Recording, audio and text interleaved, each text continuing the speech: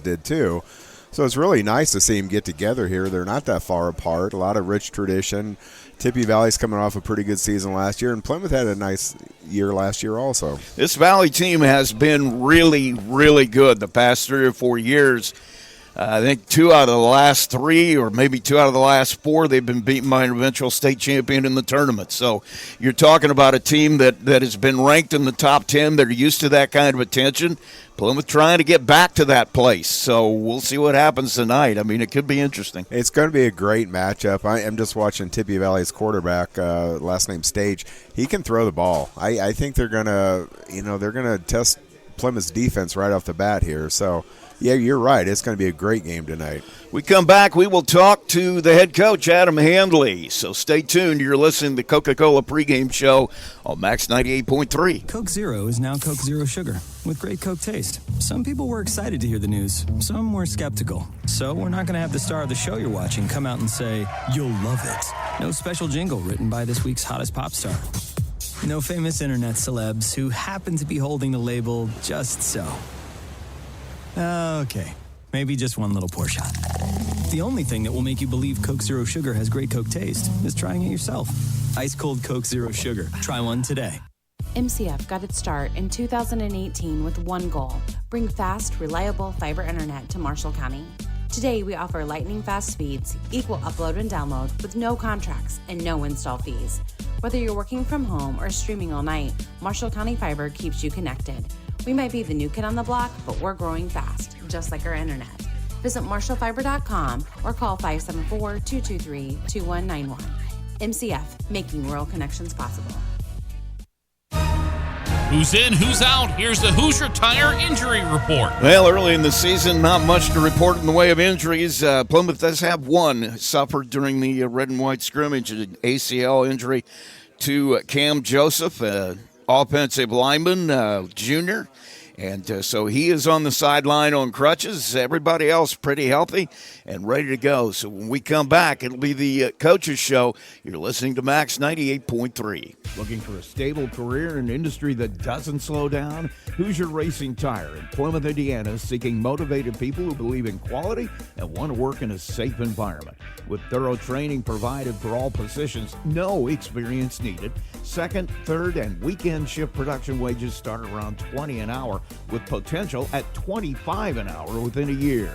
Quarterly bonuses, paid time off, and health insurance benefits that start on day one. Apply online at HoosierTire.com. That's HoosierTire.com. Hoosier Tire is an equal opportunity employer.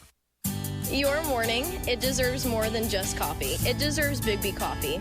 From velvety lattes to our famous sweet foam cold brews, every sip is brewed with love, laughter, and a splash of fun. All first responders and veterans receive a free brewed coffee and 20% off their entire order. Students and teachers receive 10% off with a valid school ID. Have the best day ever by stopping in to your family favorite local coffee shop where every cup comes with a smile and every day starts brighter. Stop in today and let's make it a big day. Big B Coffee, have the best day ever, located on Columbus Drive in Plymouth. Coach's Corner brought to you by Marion's University and Silla College. Ben's doing a great job. Well, the other part of that, too, is that, Grady, he's going to be an impact guy on defense. I mean, sure. Talking to your defensive coaches, they love him. Absolutely. And he's got a nose for the football and flying around and every opportunity to make a play, he wants to be there. And we couldn't be more happier with his attitude and effort to be both sides of the ball. Let's talk about some other stuff, too, during the offseason. Obviously, you've got more new linemen, bigger guys.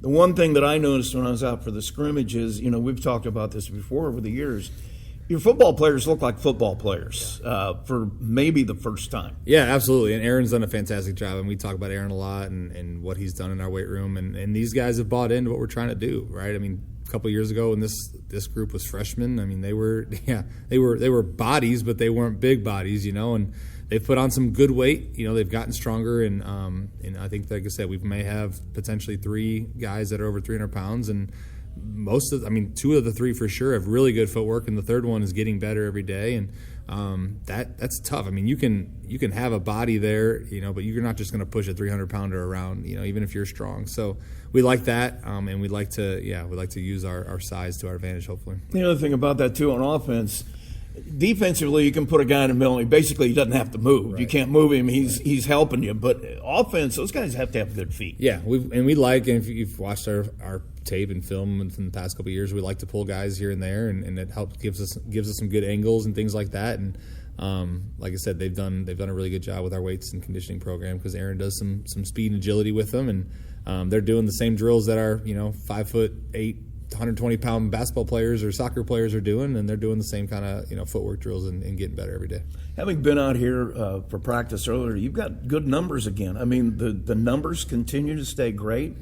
Mm-hmm. It just feels like things are moving in a really positive direction. Yeah, I think we're up over the 80 number again, which is obviously always nice to have. Obviously, you're going to have your bumps and bruises and injuries that happen throughout the season, but we're able to play 3 levels of football again with subs. Not like we're throwing 11 guys out there and saying, "Hey, you're playing every snap." So it's good to have some depth and a little bit of competition too, right? We got a really good freshman group that's in here right now, and they're pushing our JV guys to be better, and that obviously is making everybody better if they're pushing them, and then JV gets to push the varsity, and the cupboard's not bare as far as we get an injury here or there, we can go down and make sure that a guy that's had some really good reps is ready to go if need be. Talk about the changes you've had to make because, Ben's got a different skill set, a completely different skill set than you've had for 3 years. Yeah. What changes has that entailed? Yeah, a lot of our base stuff is the same. We haven't done a lot of base stuff. Obviously, we've taken out a lot of the quarterback run game. Ben can do it periodically, but we obviously don't want him. We want to make him sustain a game, right, and not have to come out in the middle of a game and for whatever reason. So we've taken out a little bit of that out, but also in the same big thing, we've added some second level, little quick game stuff that he's really good at. He's a baseball player, got a quick release, and he's a shortstop, so he's got a good arm. And so we've kind of evolved, I guess is the right word, around him and put together an offense that he's comfortable running. You lost some receivers last year, too, that had been with you, well, basically since you got here, and you have to replace them. And, I know that there were guys that, once again, you guys are really high on. How was that played out for you? Yeah, we had to play some of these guys that are playing for us this year out of necessity early on with the injuries we had, with Blaylock and Van Duzen, and we looked at them all summer long and into the beginning of a season where those were going to be our 2 senior guys, and then they got hurt, unfortunately, and so we had some of these guys had to step up, Davis Jones and Fernando and Metzger, and those guys have stayed up, and then we got Christian Cruz-Mahler, who's going to be a sophomore for us, and he's been doing really well. He's starting to learn the offense. He played quarterback for us last year with the freshman team, but he's a good athlete, so we're trying to find a spot on the field for him. Defensive side of the ball, once again, changes in personnel, new people. You lost the heart and soul of that defense. Your 2 linebackers, senior linebackers, had been with you once again, and they've been so instrumental to what you wanted to do. You got to replace them. Yeah, Bush was the quarterback of the defense, right? We're losing both quarterbacks essentially, which is obviously tough, but he was really good. He missed his whole sophomore year, and kind of groomed Coffin that year, and was better for his junior year, Coffin's sophomore year, but groomed him to be a leader for us, and he's filled in right away, and we were able to move Ethan Hall back to join him and place a couple D linemen and rotate around a little bit, and I think our linebacking crew may even be better this year than it was last year. As long as we're healthy, I think they're going to give us everything they got, and like I said, no knock on Bush, but the 2 Hall and Coffin, they're the real deal. I think that they're gonna be tough to deal with, and and then outside backer is kind of a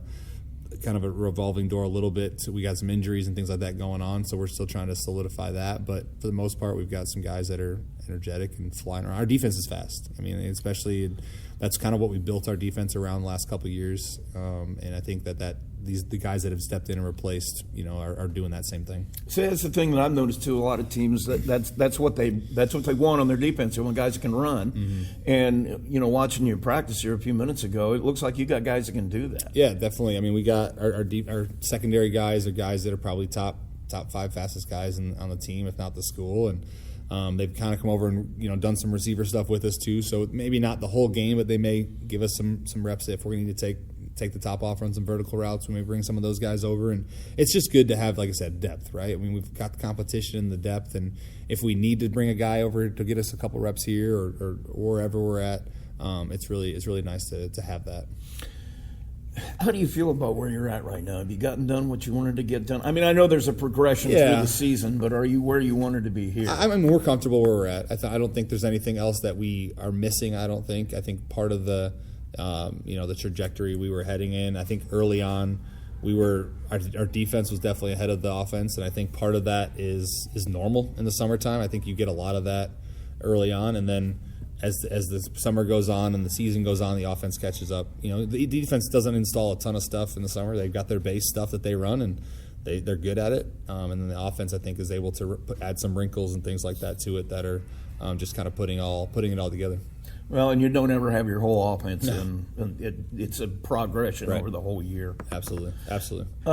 What changes have you had to make defensively? I mean, any difference on that side? No, not really at all. I mean, it's the same base defense we've got. We've with a lot of these secondary guys being seniors and returners, we've been able to add some new wrinkles to some secondary stuff, just some different coverages and different guys that are dropping and blitzing, and just to throw off some defenses, keep quarterbacks uncomfortable. And obviously that's really good with the spread offenses we see half of our season. When you're running up against the flex bone, it doesn't really do you any good. But it's good to have the ability to do that if we need to. Guys that are, more of a run stopper versus a pass defender and things like that. Let's talk about Valley a little bit, because obviously it's the first time these programs have met, and they're two really storied programs. They've won state championships. We've won state championships.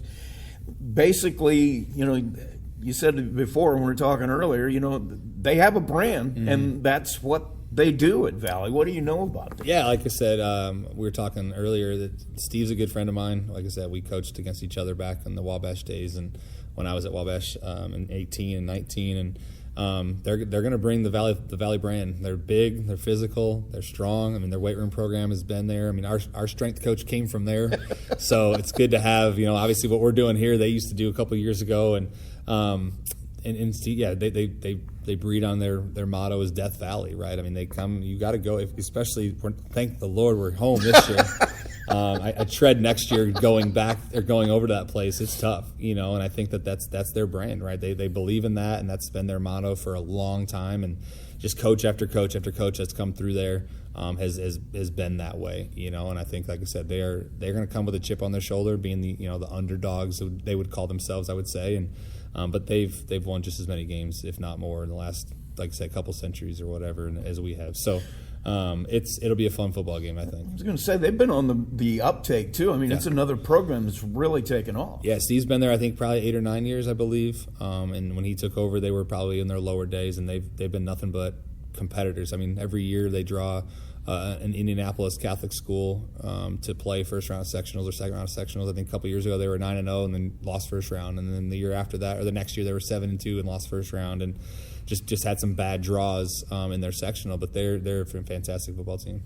What are you going to be happy with at the end of the night? Yeah, I mean, it's just kind of been our talk all off season. I think a lot of we were 6-5 last year, which was great. But not being content with that. Being not being satisfied and having. Kind of a chip on our shoulder that those 5 losses we had, we didn't play well. I mean, I think if you look at any of those losses that we lost, any of those games we lost, we weren't even really in those games at the end of the game, right? I mean, the games that came down to the final play, we won. We won the Warsaw game and Northwood game on the final play. The other, our 5 losses, we weren't even in close. So just being able to compete for 4 quarters, the whole season, every single game, we got to find a way to compete for 4 quarters and let the game come down to a final drive or a final couple plays here and there. That's obviously more fun to watch and more fun to talk about. But we can't allow we get down by a score, 2 scores, even 3 scores to just say, okay, this one's over, chalk it up. We got to find a way to fight through that adversity and be ready to play football. Talk to you after the game. Sounds good. Appreciate it, Wesley. That's Plymouth head coach Adam Handley, and stay right there. We'll be right back. There's a trend happening around the educational world. More and more high school graduates are attending smaller community colleges to start their educational journey.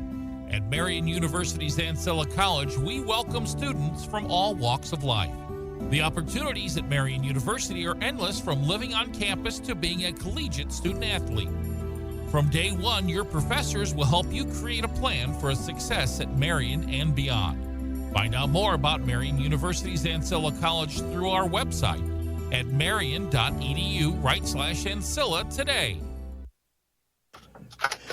And the athletic director of Plymouth High School, Josh Troyer, joins us in this part of the Coca-Cola pregame show.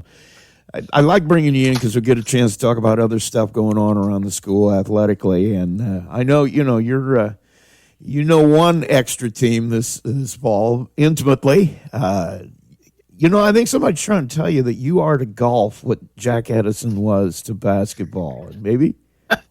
I will definitely not take that much credit for sure. We're just trying to help out and keep our programs going. So that may be too high of praise for sure. You are the girls golf coach, at least for this year, and you guys have got started really early. Yeah, I mean that is the one probably beauty of girls golf more than any other sport. If I was going to have to coach, is it's a short season. Like, yeah, even the state finals, I think it's 8 weeks if you add it all together, start to finish. I mean, it'll be finished before any other sport is into sectional play. So that part is a little bit nicer where I can, once golf season finishes, get to a few more events, and there's some days where we don't play or those kind of things where I can make it to some fall events here now too. So. That part is at least helpful for sure, and kind of doing the dual role this fall. Let's talk about your office a little bit in that too, because you don't have the ability to do that if you don't have some people really, stepping up in your office with Brent and Gwen and other folks, I'm sure, because your focus is divided, and you got a lot of stuff to do in there. Oh, 100%. I mean, we've got a great staff. The thing, probably the one part that makes it a little harder than even boys golf season is that, Brent is coaching on the football staff. Yeah. So, he's got busy evenings as well. But, thankfully we've got a really, really strong staff. Gwen is amazing in the office, right? She does a lot of things for us and is helping with some of the supervisions and those kind of things. And I'm trying to get creative on when I can help and do supervisions. And thankfully for fall too, Friday night is our biggest attended event, usually each week, just by sheer number of fans. So thankfully we don't have other sports playing on Friday nights. We kind of keep that to just football. So it allows me to still be there as well, and Gwen, and, kind of helps manage that a little bit. But yeah, definitely without Brent and Gwen, this would for sure not be possible.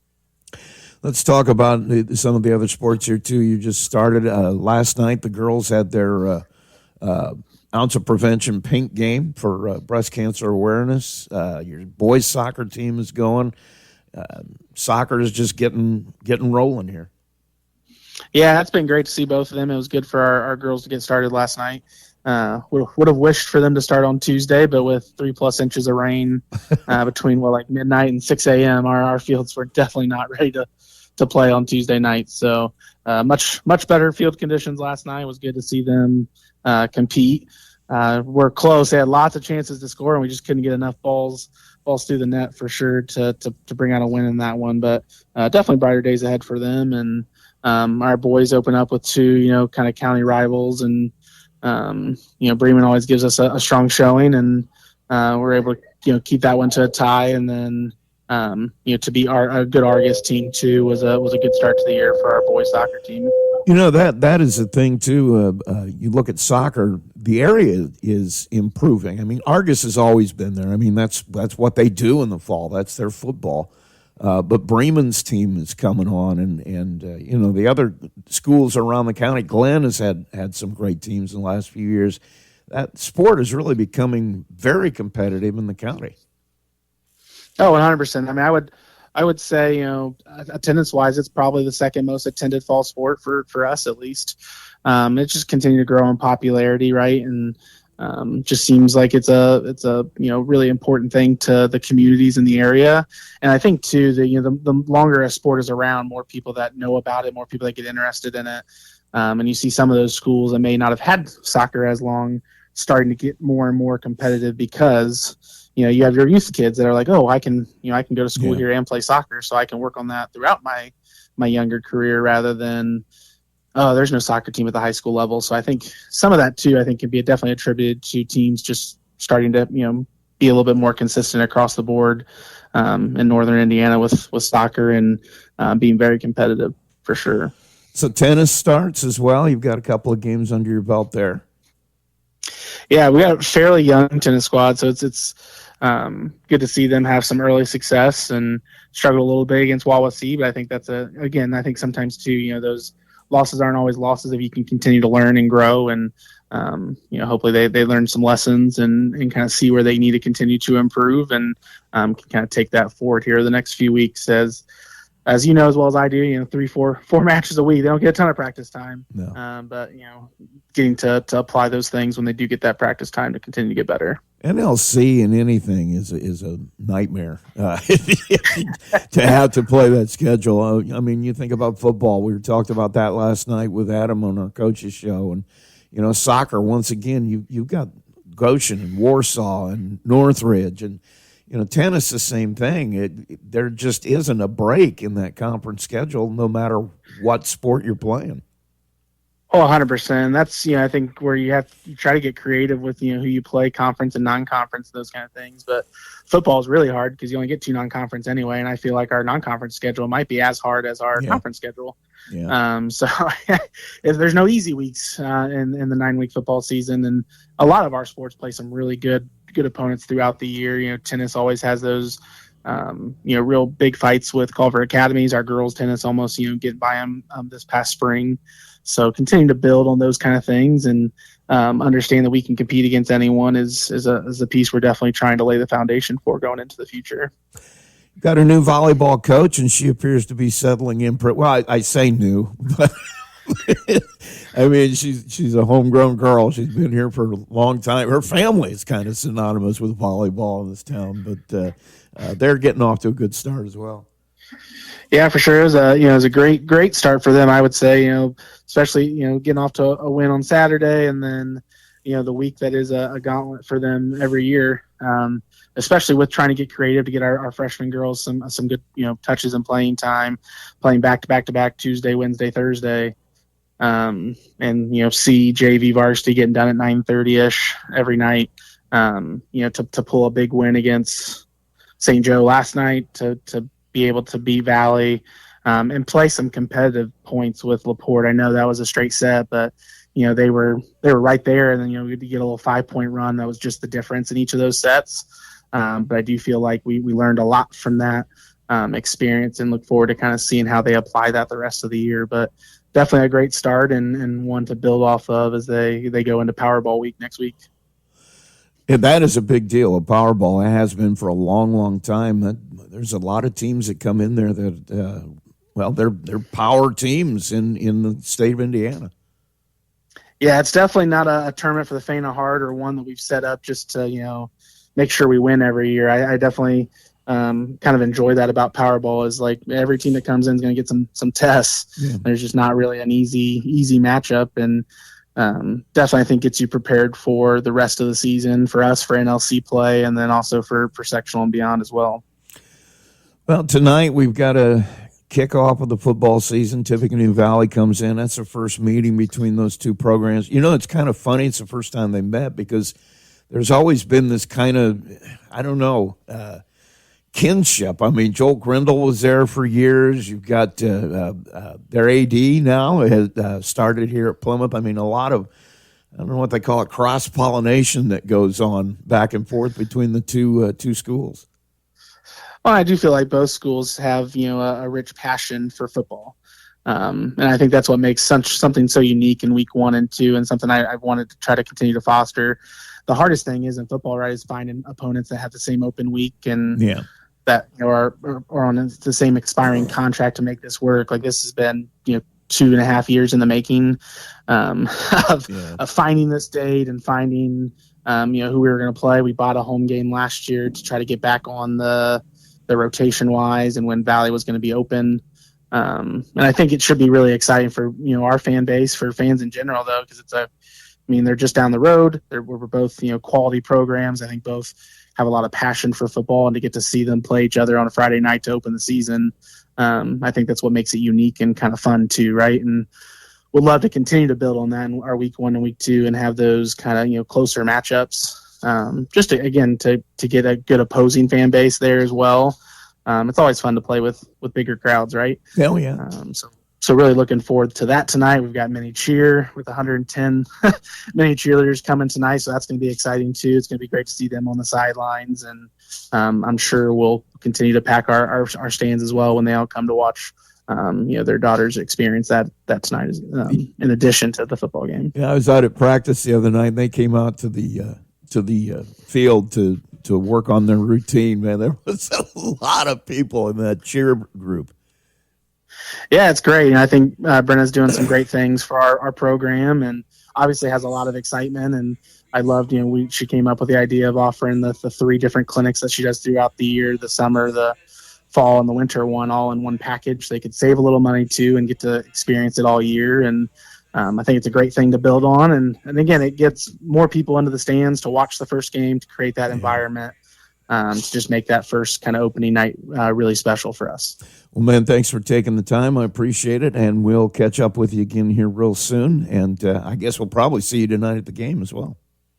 Yeah, sounds great. Look forward to having you, and good luck getting through all the people, to and from the press box.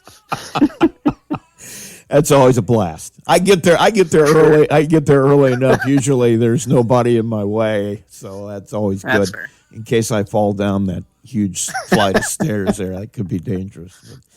But, anyway, thanks, man. Josh Troyer, the athletic director of Plymouth, and we'll be back with more right after this. Johnson Danielson Funeral Home has been established in the community of Plymouth since 1879, and its staff is committed to providing care that goes beyond the expected in serving today's families who call Marshall County their home. They welcome families seeking options and alternative ways to pay tribute to someone, from burial packages to pre-planning to planning a checklist. The professionals, along with caring staff at Johnson Danielson, are available to assist your family 24 hours a day by simply calling 574-936-2829. Visit their website at johnsondanielson.com for a complete list of services. Johnson Danielson Funeral Home. Service beyond expectation. Here's the keys to the game. Well, we're back at the rock pile here live. Rusty Nix and Joe McKee were just in front of kickoff here. Beautiful night for football. Looks like there's a seat or two left, but we got a great crowd out here tonight. A great crowd. And what did they say, 110 junior cheerleaders out on the field right now? And it's amazing. Well, we're going to have to do the national anthem right now. We'll take a quick break. We'll come back with the keys to the game after this. You're listening to Plymouth Football on Max 98.3. Looking for a stable career in an industry that doesn't slow down? Hoosier Racing Tire in Plymouth, Indiana is seeking motivated people who believe in quality and want to work in a safe environment. With thorough training provided for all positions, no experience needed. Second, third, and weekend shift production wages start around $20 an hour, with potential at $25 an hour within a year. Quarterly bonuses, paid time off, and health insurance benefits that start on day one. Apply online at HoosierTire.com. That's HoosierTire.com. Hoosier Tire is an equal opportunity employer. Who do I perform for?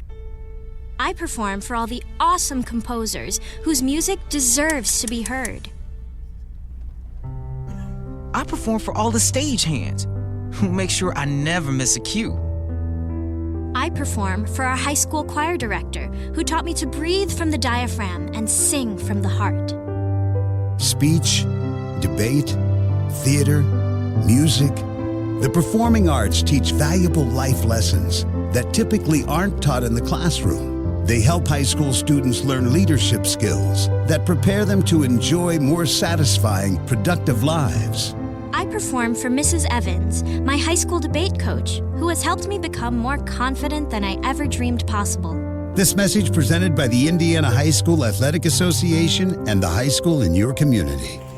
And we're back at the rock pile. Rusty Nixon with you as Joe McKee right here to my right. We're looking at there are a lot of people down on that track right now. I can't I don't know where you would.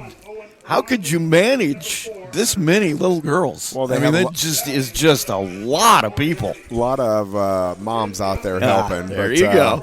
A lot of good organization put in this for But it's a great sight to see. The stands are pretty full. Tippy Valley brought a pretty good crowd tonight. Yep. So, boy, it's Friday night football. Let's take a look at some of our keys to the game. And I think, like any other time, especially in the first game, and you heard them talking about it last night at practice, we can't have a slow start. You've got to get out, and you've got to come out ready to play and be firing on all cylinders right away, because if you come out flat, you may never get yourself back in the game. And this Tippy Valley team tonight, they're coming in. They were 7-4 last year, and with a JV is 7-1. So they're going to have some talented individuals.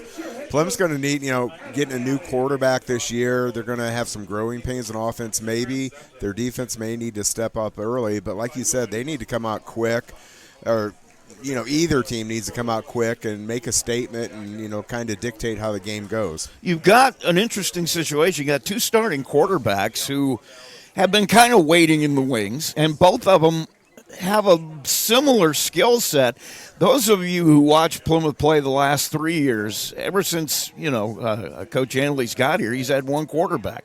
And Xander Ramirez, he's trying now. We talked about that a little bit. He is actually trying out as a running back there, which basically that's what he was here in this offense. He was a run-first guy. He was going to tuck it and go after him. He was a running back that could throw the ball effectively. Ben's exactly the opposite. He's a guy that can throw the ball. He'll run it if he has to, but he's going to look to throw first. And Ben does throw a nice ball. I even noticed that last year we were talking about. He's got a quick release, tight spiral. Looks like his accuracy is good. He's got some good receivers tonight. So it's going to be a different offense for Plymouth this year. So it may take a little bit of time to adjust. And the Tippy Valley quarterback, too, he was throwing a tight ball. Hunter Stage. He's also a junior, so they're going to play each other again next year, but he throws a real good ball, throws a good deep ball too. So I think they're going to take their shots tonight.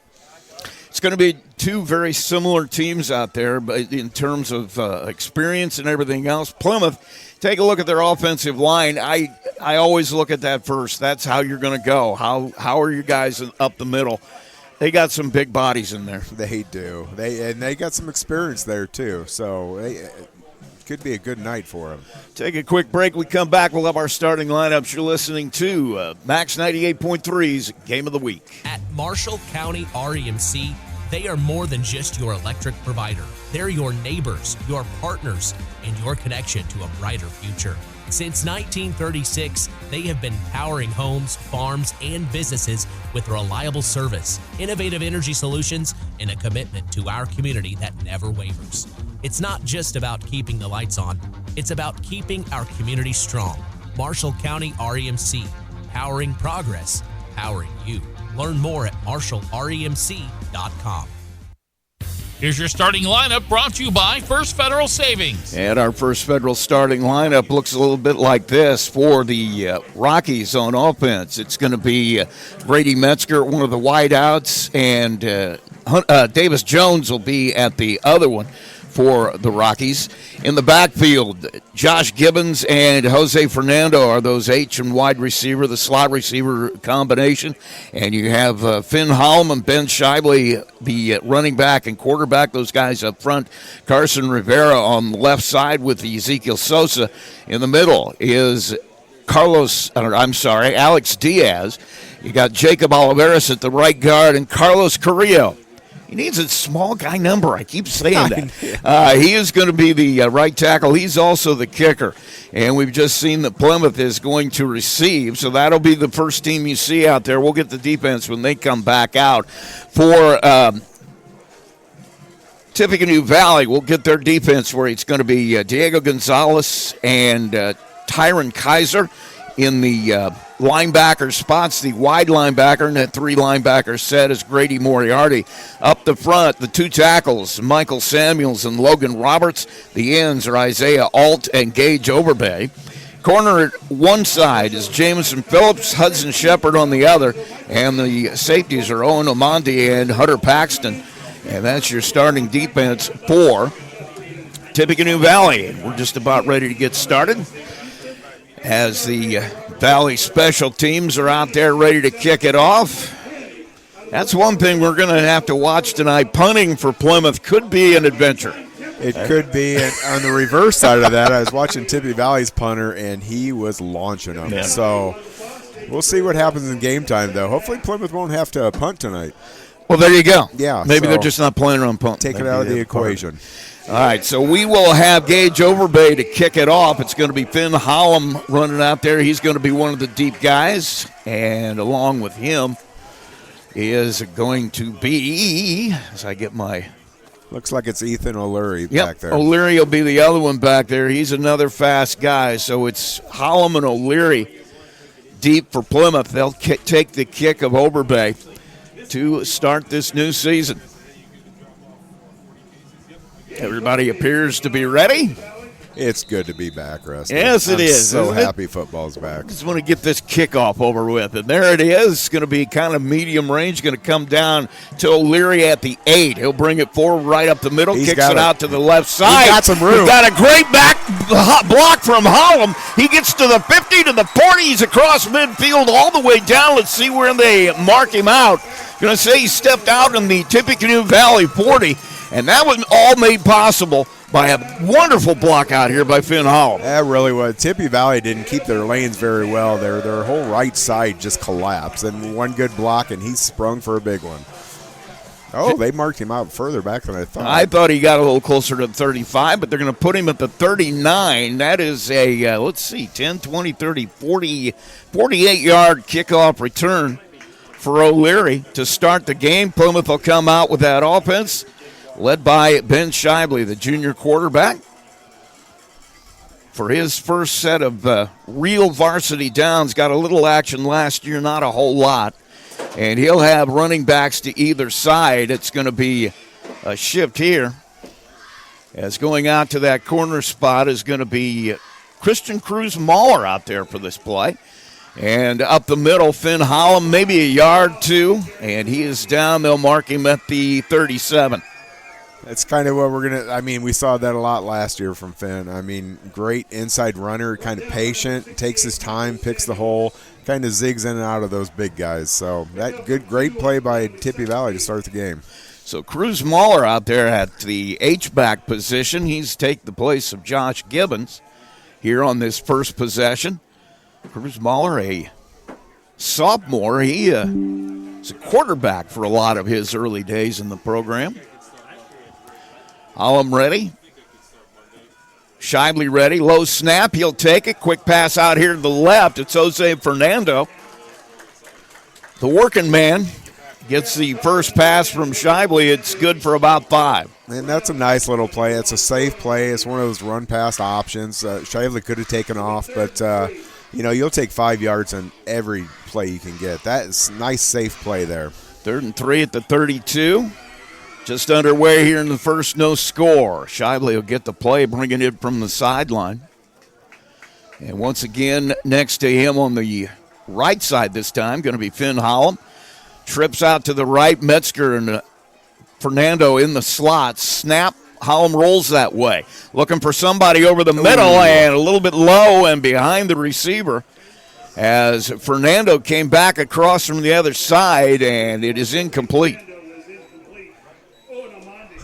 There was pretty good coverage there, but it was a low throw. He had time to throw. It just didn't get his feet underneath him quite. And maybe a little nerves, too, in that first throw of the year. That was a tight window, too. He was going to have to fit that into a back shoulder throw, and it was going to be a tough one.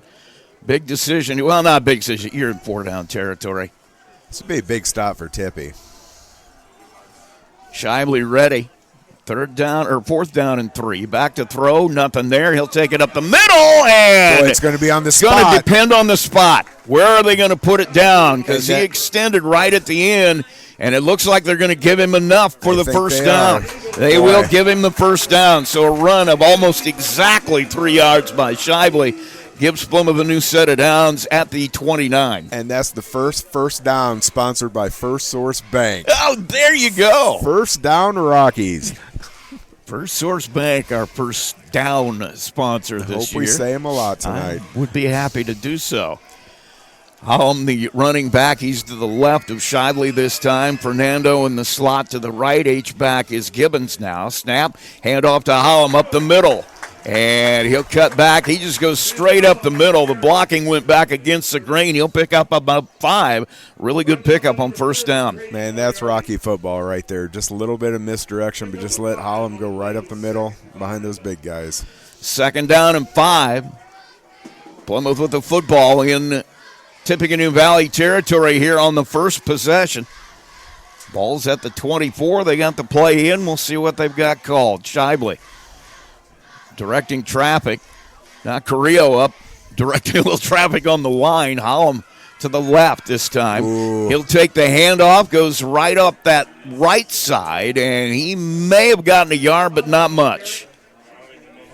Big number 69 there from Tippy Valley. Got good penetration there and made a nice play. That's Colton Sisk, 6'3", 245 senior.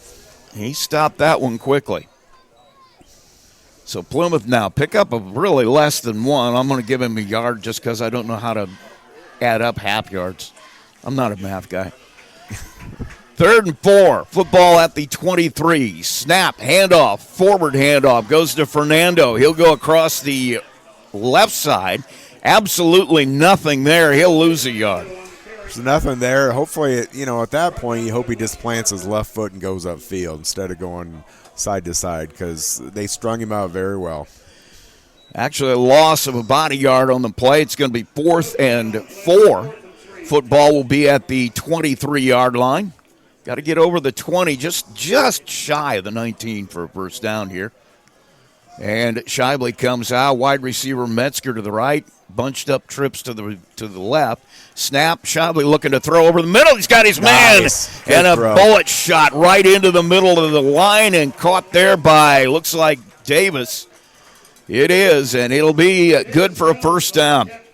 Sponsored by First Source Bank. And you are really good at that. Well, I'm 2 for 2. But I think that's what Shively is going to give us this year is those short, quick passes. And, the line gave him time. So let's give the credit to the line right there. Davis Jones with the reception for 6 yards. And Tippy Valley was blitzing there, too. So we did a very nice job picking up the blitz. That's what they hope that Ben brings is that nice, quick release on the pass, the short passing game.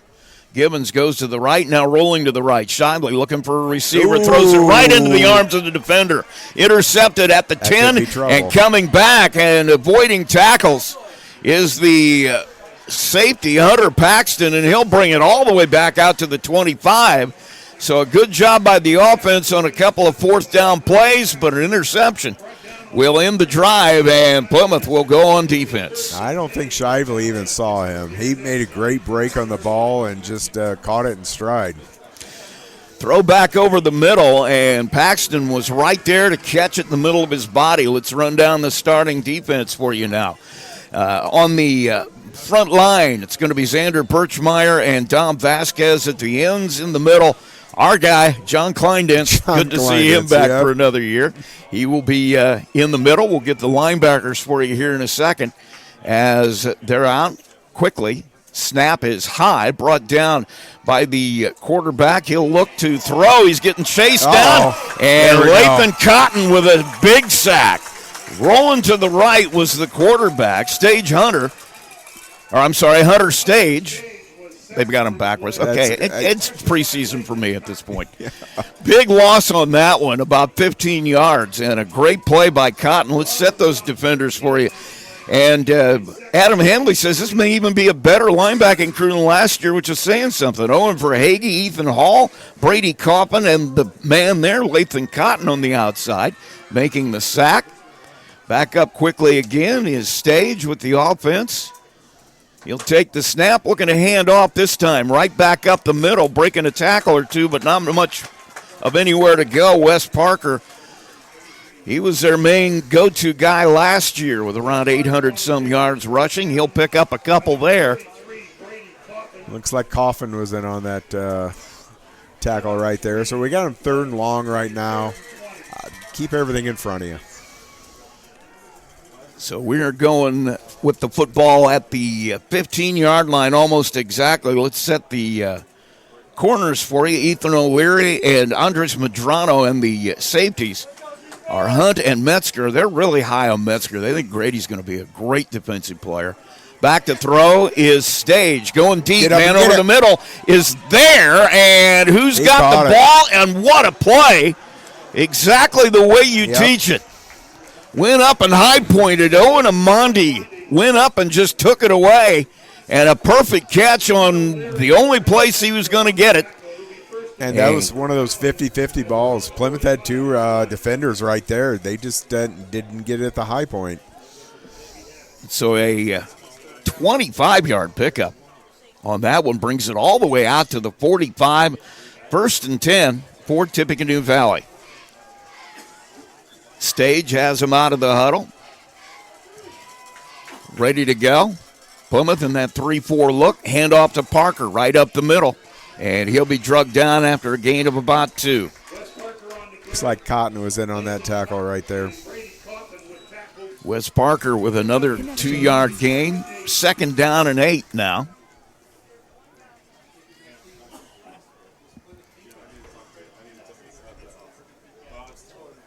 Plymouth on the defense. They had a nice start to the game tonight. A couple of big first down conversions after a nice kickoff return, but the interception has Tippecanoe Valley at midfield. Stage pitches it. Man is nice wrapped up quickly and nowhere to go. Jameson Phillips, and there you go. Grady Metzger and Verhage right there, and a big loss on that play of about 7. Verhage strung that out, and Metzger came up and cleaned it up, just the way you draw it up. They really like him at safety. They think he's going to be something special back there, so we'll be fun to see. He's also the backup quarterback. He can play that position, too. Just a good athlete. Good kid, He is. He is an outstanding athlete. So it's going to be 3rd down and 11 now. Football on the 44. Stage has him out of the huddle at wing setup. Snap, he'll roll to the left, looking to throw. Chased by Coffin, and Hall loses it in midair. Ball is loose, and he'll roll out of bounds. There's going to be a call here. That ball came out of the hand of Stage and then rolled out of bounds. And Coffin looked like he had it for a second, but they're calling it a fumble.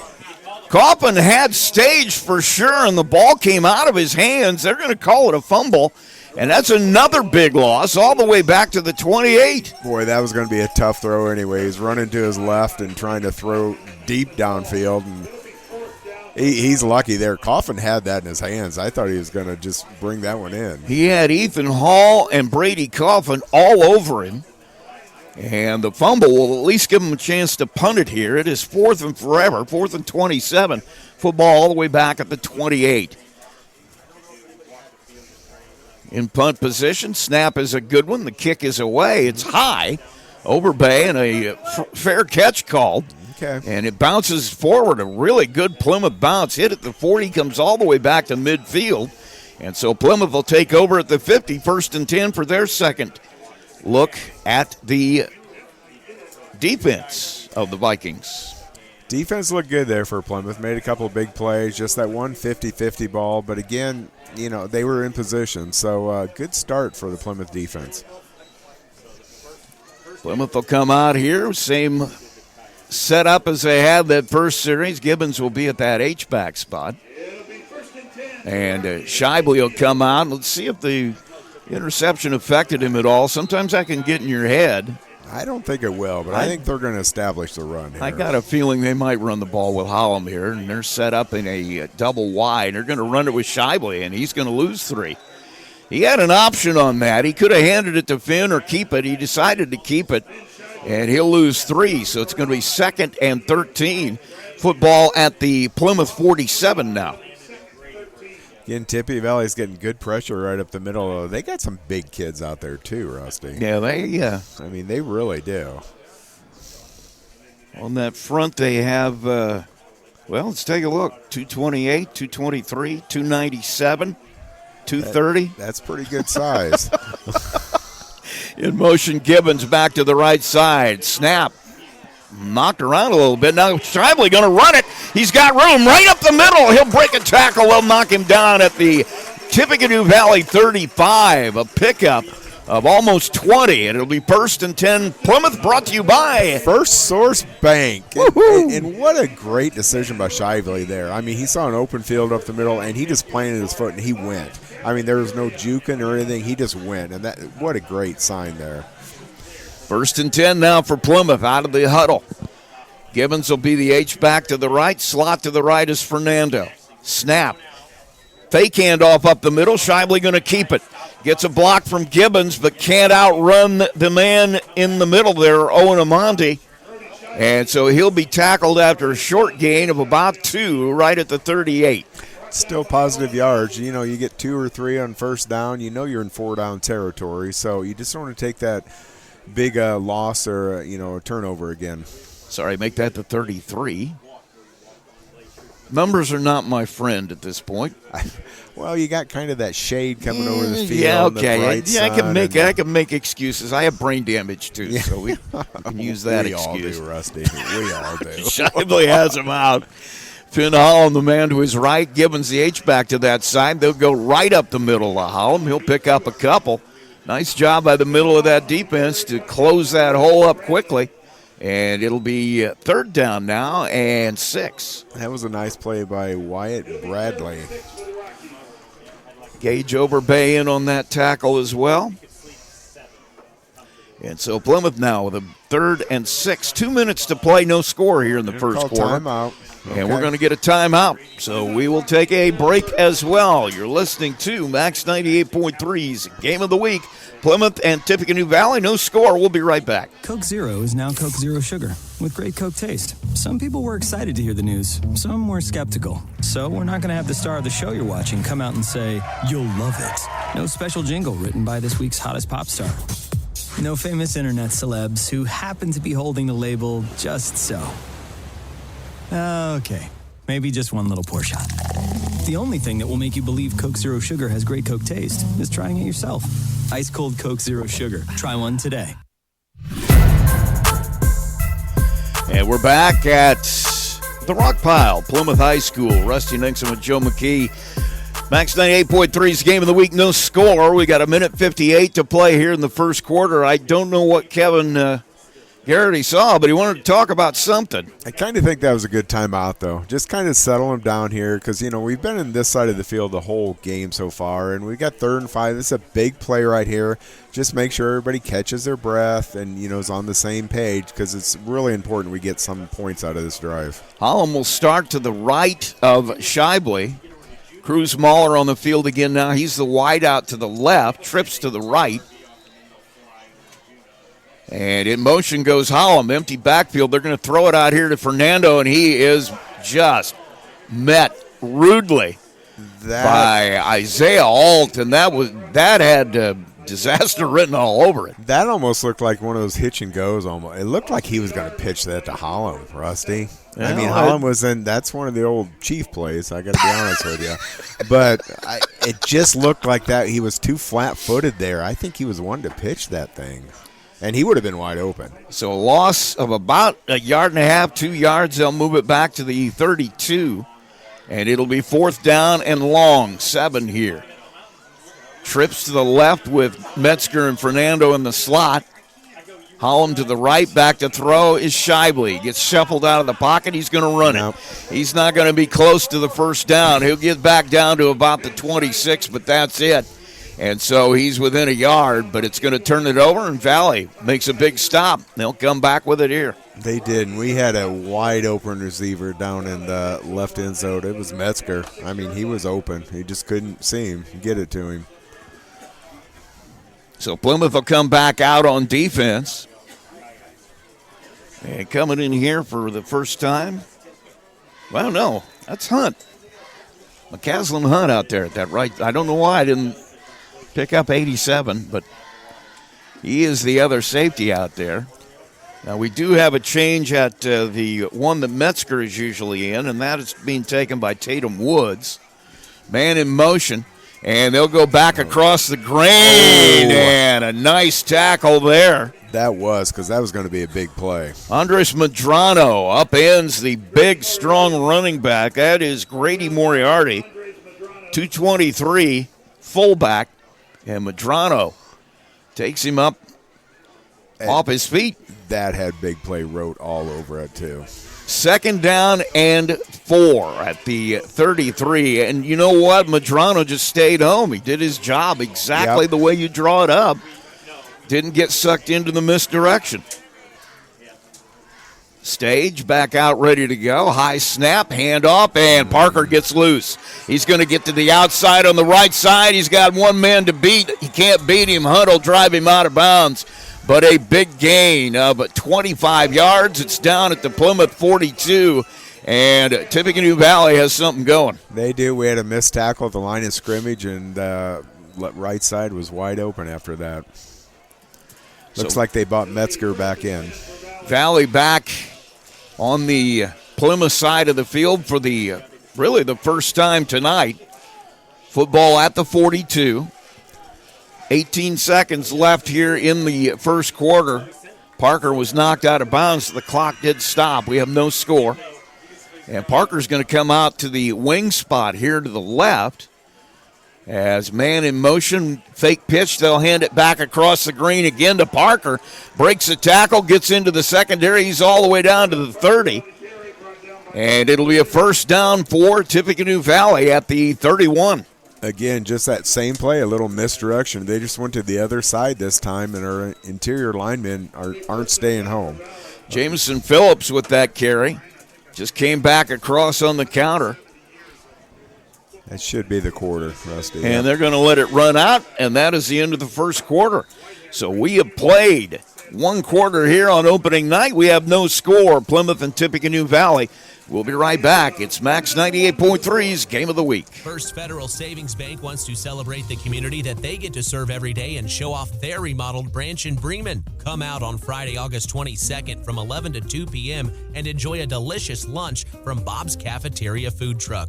Free paper shredding will be offered for you to get rid of any old documents that you have and pick up some First Federal Savings Bank giveaways.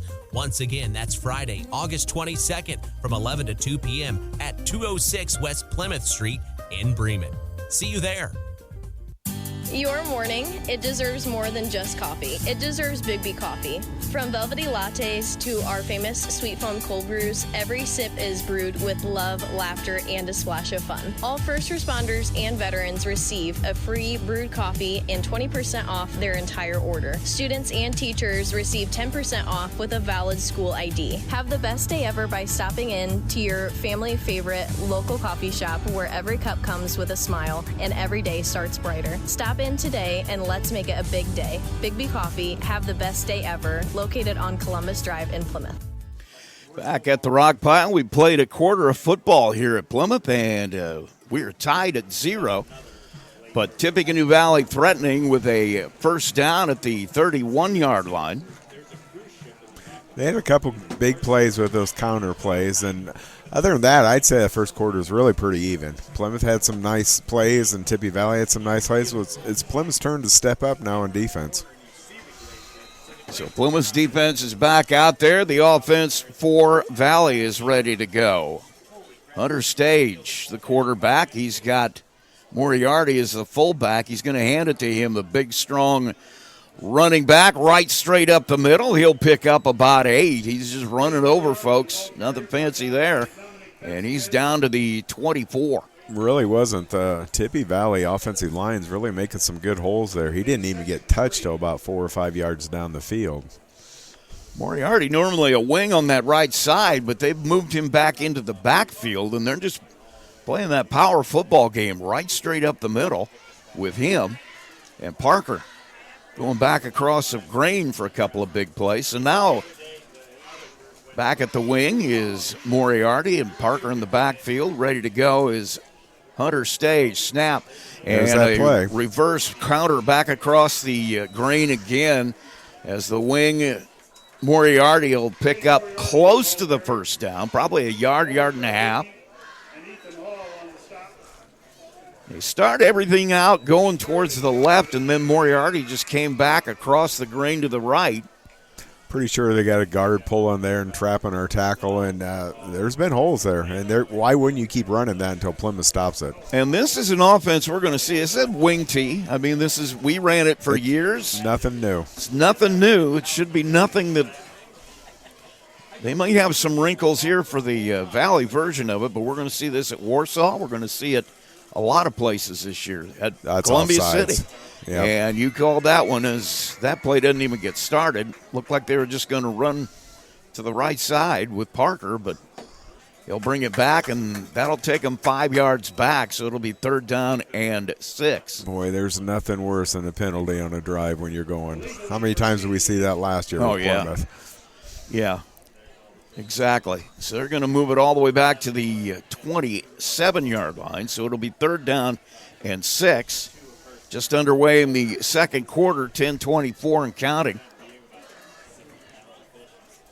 Hunter Stage,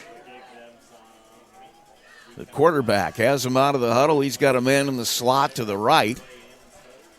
Moriarty, the running back, to his left. Now back to throw. It's quarterback draw. Ooh, and boy, that was a tackle nice there play. once again by Cotton, as he wasn't fooled on it and tackled the football as much as he tackled Stage and almost got it out of there. He did. That Stage was going to go for big yardage there, too. That was a nice – showed his speed there. I mean, he was past the play and came back. Lathan Cotton had an outstanding year last year at that linebacker position.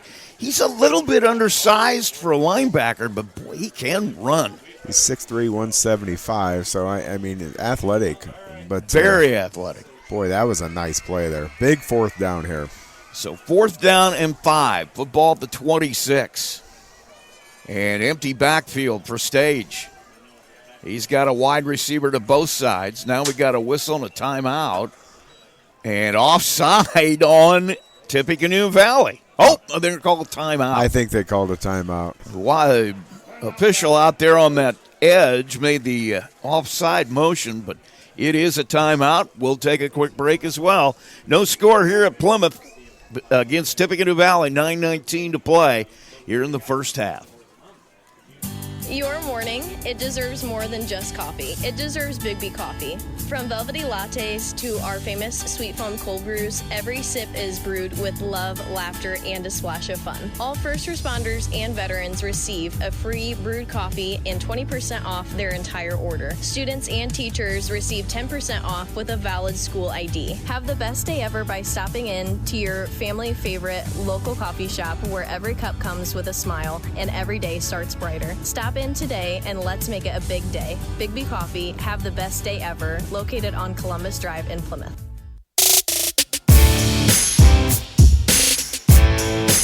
And we're back at the Rock Pile. Max 98.3's Game of the Week, Tippecanoe Valley and Plymouth. And a big play here, 4th and 5 coming out of the timeout.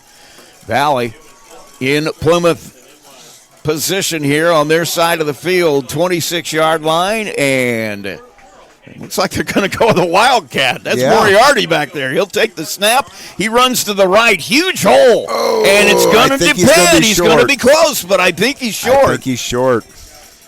They're going to mark it close. The but FAR I officials think, marking him short. Yep, he's going to be short. Moriarty in that Wildcat took the snap, went to the right side, and he's going to end up a full yard short, it looks like, at the 22. So a big stop by Plymouth here on the defensive side of the football, and they'll get it back, 1st and 10. Boy, talk about trading blows there. You know, they stopped us on 4th down. We stopped them. Now that was a good play call, I thought. He had a real chance of making that 1st down. It was very close. A nice tackle. That hole opened up huge for him on that right side. Good job of blocking by the right side of the line, but Plymouth able to close it up. And now Ben Shively with a shot again. He has wide receivers to both sides. The H-back will move over to the left side on motion. They'll hand it off to Hollum. Straight up the middle, nowhere to go. Got maybe a yard, and it'll be 2nd down. Tippy defensive line's doing a really nice job stacking up. It's not giving Hollum very much choices, and that's where he just kind of likes to pick his holes, and he hasn't got that chance tonight. And that is the way the run game for Plymouth is designed. It's a zone read. He goes in there not really knowing where he's going. just reads the blocks, and it'll be 2nd down and 8, football at the 24.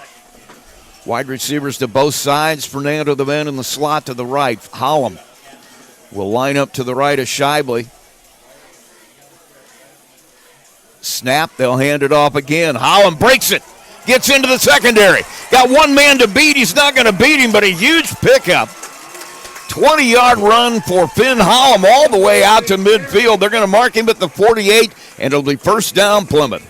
Sponsored by First Source Bank. There you go. And, their outside linebacker came on that and just kind of ran by Finn, and it opened up the whole field for him. 1st and 10 Plymouth. Another nice play. They've had a couple of drives just stall down in the Tippecanoe Valley side of the field. The Valley defense has risen to the occasion.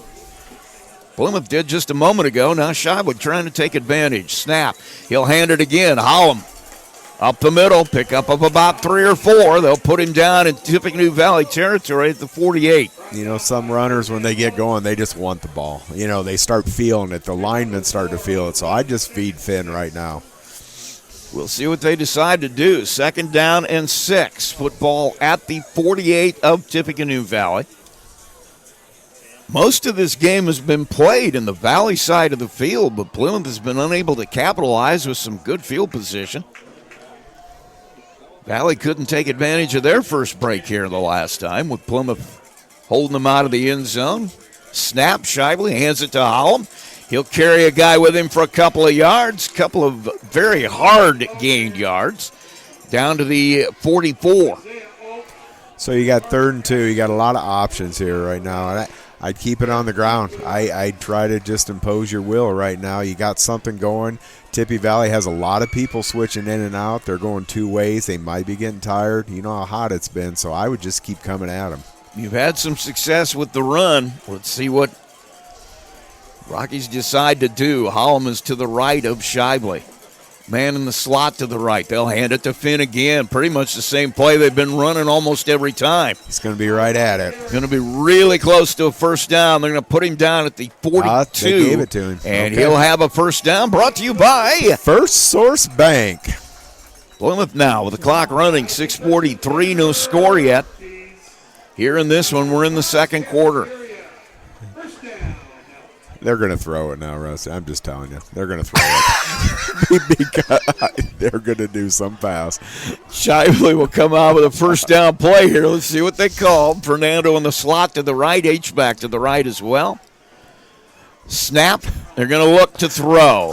And Shively gets shuffled out of the pocket. He's got room to run down the left side all the way down to, let's see where he stepped out. They're going to say at the 28, and we've got a man down back here. Valley guy is down. It looks like it doesn't look good. No, and you know what? He was the defensive line. He was coming through and kind of got outside of him there, and his knee just buckled on him there. Kind of saw that. He's a little awkward the way he fell, so hopefully that's it could be a cramp for all we know. Well, let's hope that's what it is. Trainer's now out attending. We don't have a number or cross on the other numbers on the other side of the field. And both teams will get a little bit of a break here as they attend to the injured player. Good read by Shively, though. He's looking downfield. He probably had 1 read, maybe 2. Wasn't there. He took off. So, smart play. He'll pick up a bunch. They're going to mark him out at the 28-yard line. And the good news is that's number 57, Cale DeWeese. And the good news is he's walking off under his own power. Not 6'6", 288, senior. He's walking gingerly, but he is on his own 2 feet. So that is a good sign. He's on the sideline, so we'll get going here in just a second. 6:14 to play in the first half. We have no score. Plymouth and Tippecanoe Valley. It's not going to be until the 3rd quarter till Tippy Valley gets any shade. I think it's set up that way. Oh, come on.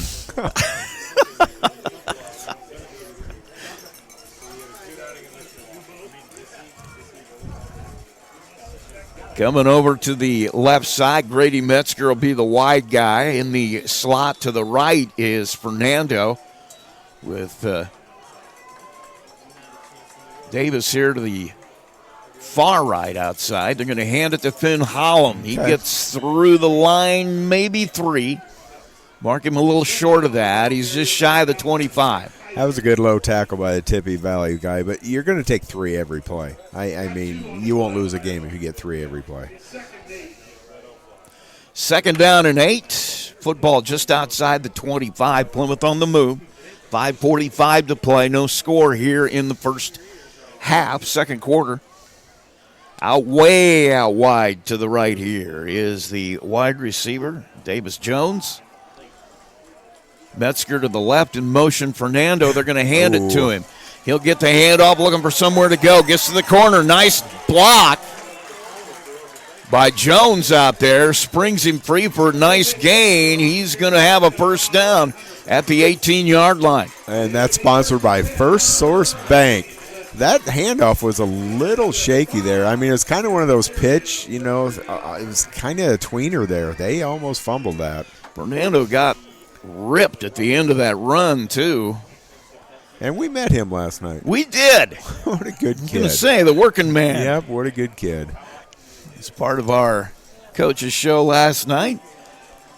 And now Shibley out of the huddle has 3 guys moved to the right. Hollum gets the handoff, just nowhere to go. He's trying to find a way through the pile. That seems like what you teach your defensive lineman, just bottle it up in there. There was just nowhere to go. No, he had nowhere to go. Tippy Valley did a great job. They had 2-3 guys down. The low man wins. Make a pile. That's what I always heard, and that's exactly what they did on that one, and Hollum couldn't step through it. So now it is going to be 2nd down and 10. Football at the 15 in motion. Davis Jones, he'll come back all the way to the middle. There's a little little confusion on where he's supposed to be. Now we're going to get a timeout. They needed that. Yep, good timeout. Davis Jones didn't know where he was supposed to line up, and he wasn't getting very good advice from anybody out there, so Kevin Garrity will give it to him, and we'll be right back. You're listening to the Max 98.3 Game of the Week, Tippecanoe Valley and Plymouth. No score. Who doesn't like pizza, right? But have you tried the pizza at Bourbon Street Pizza lately? More fresh ingredients and a new pizza sauce recipe. It's like a slice of heaven each and every time you take a bite. And now there's 16 new style of pizzas for you to choose from on the menu. And let's not forget the mouth-watering wings or their 5 different pasta dishes to choose from. Bourbon Street Pizza with area locations in Plymouth, Culver, Argus, Walkerton, Napanee, and in Bourbon. If you're looking for a quick and delicious dinner for the entire family to enjoy, look no further than a Bourbon Street Pizza location near you.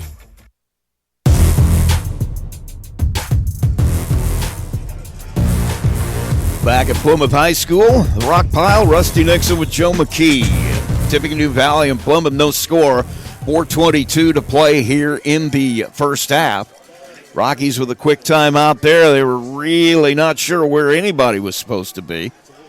And they'll come back out now, maybe a new play. Josh Gibbons will be the H-back on the left side now. The man in the slot way out there to the left is Davis Jones along with Metzger out there. Snap, they'll hand it to Hollum up the middle, finding his way. Great job by Gibbons. Gets him freeze all the way down to the 4. First and goal. Great block by number 4, Josh Gibbons. Returns to the Plymouth lineup this year, and he is already making his presence known. That was a nice block. But again, Hollum being patient there, just kind of letting the game come to him, made a nice cut, and didn't rain over a person. So I'd give him the ball 4 times, Rusty. It's going to be first and goal at the 4. First down brought to you by First Source Bank. Woohoo! See what they have called. Jones far out to the right here with Metzger in the slot this time. Cruz Mahler, tight end on the left side. Snap and a handoff. Well, it was supposed to be a handoff. That was a broken play from the beginning. Shibley takes it back into the middle. He'll get maybe a foot or 2, but there was just nothing going to happen on that one. Nobody knew what was going on. That was lucky we didn't have a fumble there. It looked like Shibley was almost looking the other way, didn't expect the snap. And boy, they need to come away with some points here. They need to score here. There was nothing good happening there from the very snap. 3:20 to play here in the first half. No score. Plymouth with a second and goal here at the 5. Cruz Mahler will line up in that what amounts to a tight end spot on the left side again. bunch backs to the right. Snap, handoff to Hollum. He'll go up the middle and somehow squeaks his way through to the 2. Connection lost. There was nothing there. That was all leg drive there. I thought they shorted him about a yard, too.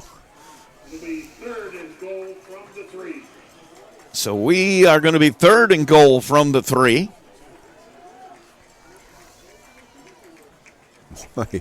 Big play. It is a huge play. Play of the game so far, 2:30 to play. And out of the huddle, Plymouth with the man in the slot, Davis to the left, and he is going to get called for a false start. He absolutely did that. Boy, he was unsure the whole way. And he had nowhere. The play wasn't even around him. What the sophomore class for North Judson is going to be huge. Channel switched. So it's going to be 3rd down and 8, a loss on that play. After the penalty is marked off, that is just a huge penalty. Because it looked like Finn had a hole there, too. I know the play was blown dead, but they had the right play called. Clock running with 2 minutes. Hollum to the left of Shively. Wide receivers in both slots. Can't do that. Now a switch across the middle. They're going to call this too. Shively going to get in the score, but it's all going to come back. They had 2 men moving at the same time. So we're going to have an illegal motion penalty, and that's going to come back. That is two tough plays. You're taking points off the board here. You had 2 guys moving in opposite directions in motion, and you can't do that. I mean, they're taught that in junior high. That should never happen at this level. So now another 5-yard penalty as this drive is stalling. And they may take they're going to take the penalty. I'm going to say, he did score. Yeah. At this point, you want to get them to a 4th down. Now it's 3rd and 13. Yeah, but you get to a 4th down, we'll probably try the field goal now. Yeah. Versus inside the 5, we'd go for it. You had 3rd and 2. You're now at 3rd and 13, 2 plays later, minute 52 to play. This has been the best opportunity for either team to score, and Plymouth having some trouble. Trips to the left, 2 men in the slot. Metzger and Fernando back to throw. Is Shively puts it in the back corner, and Fernando can't run under it. So it'll be 4th down, and here comes the field goal unit. Yeah, boy, I hope we get 3 out of this right now. Looks like a Tippy guy's down. Now that looks like a cramp. He's down in the back end zone there. Yeah, I got a feeling that's what that is. Yep, he's going to get a stretch here from the trainer. And now Carlos Carrillo will come on for the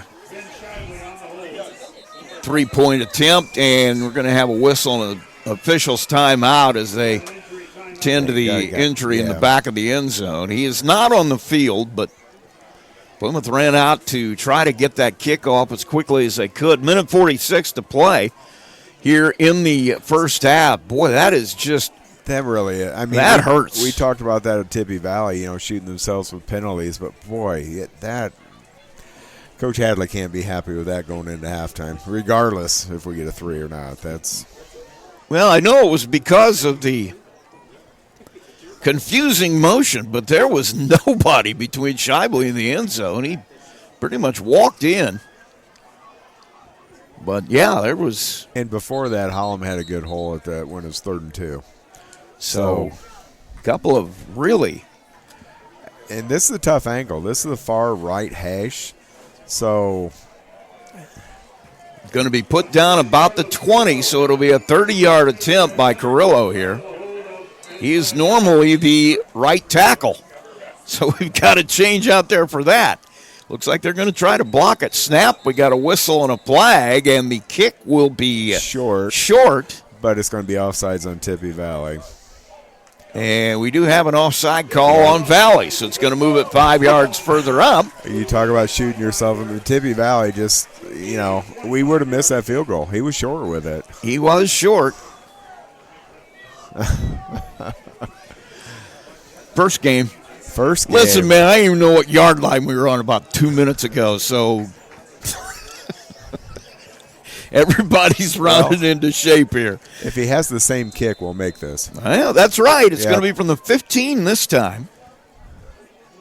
25-yard shot. The kick is up. The kick is good if it's through the middle. It is. You couldn't tell on that one. No. So Carlos Carrillo with 1:38. A 25-yard field goal puts Plymouth on the board 3-0. We'll take a break. We'll be right back. You're listening to Max 98.3's Game of the Week. In a world where there's so many ways to get your news, stay connected by finding out information about your school, local news, along with sports and current events. With a subscription to the Pilot News, they bring you everything you need to know right at your fingertips or on your doorstep. Call Circulation today and ask for their monthly special. Call 574-936-3101 today. Pilot News, Marshall County's news source since 1851. Looking for a stable career in an industry that doesn't slow down? Hoosier Racing Tire in Plymouth, Indiana is seeking motivated people who believe in quality and want to work in a safe environment. With thorough training provided for all positions, no experience needed. Second, third, and weekend shift production wages start around $20 an hour with potential at $25 an hour within a year.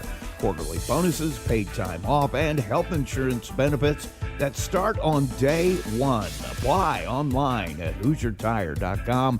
That's HoosierTire.com. Hoosier Tire is an equal opportunity employer.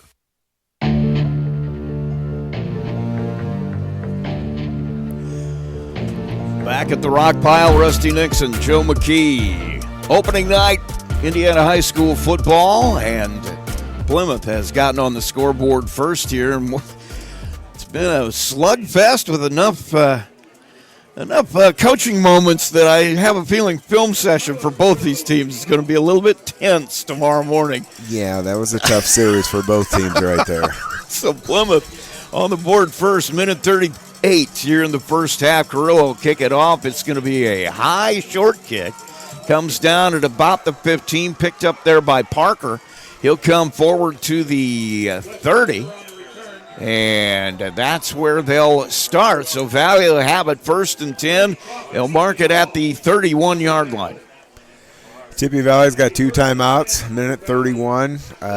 They've showed some big play offense. Quarterback, he can zip it, so got to keep everything in front of you. They have really not let Hunter Stage get comfortable at all. They've had a good rush on him all game. They've given up those big 2 runs, the counter plays. So I think Tippy's going to try that again. I mean, until we stop it. A little bit different formation here. They're going to put double wides out there, single running back in the shotgun. Snap and the pitch. Parker's going to get to the corner, and he'll run it out of bounds at about the 40, so a pickup of maybe 8. They're going to mark him at the 39, so pickup of 7. It'll be 2nd and 3. Clock, more importantly, will stop at 1:25. Showed a little speed there. That's the first time they've really tried to get the edge on us, and they kind of did. It's just a quick pitch to the left side, and Parker beat everybody to the corner and got upfield. So a 2nd down now. Clock stopped at 1:25, 3-0. Plymouth Valley trying to get something before halftime. Once again, double wides. H back to the right side is Moriarty. Snap. They'll go to the right. Counter comes back to Moriarty. No. He's free into the secondary. He gets tripped up out there. It's Andres Medrano again, able to trip him up, but not until he got all the way to the Plymouth 44. So the clock will keep running unless they decide to call a timeout as soon as they set the sticks. I'd let it go. And 1:16, clock moving. 1st and 10 for Valley. They have it at the Plymouth 44. Once again, double wides. H back to the right side. That counter has really paid dividends. Quick pitch to the right. Parker gets out to the corner. He's not going to have as much running room this time, as he's run down there by Cotton, and it looks like Ethan Hall's out there with him.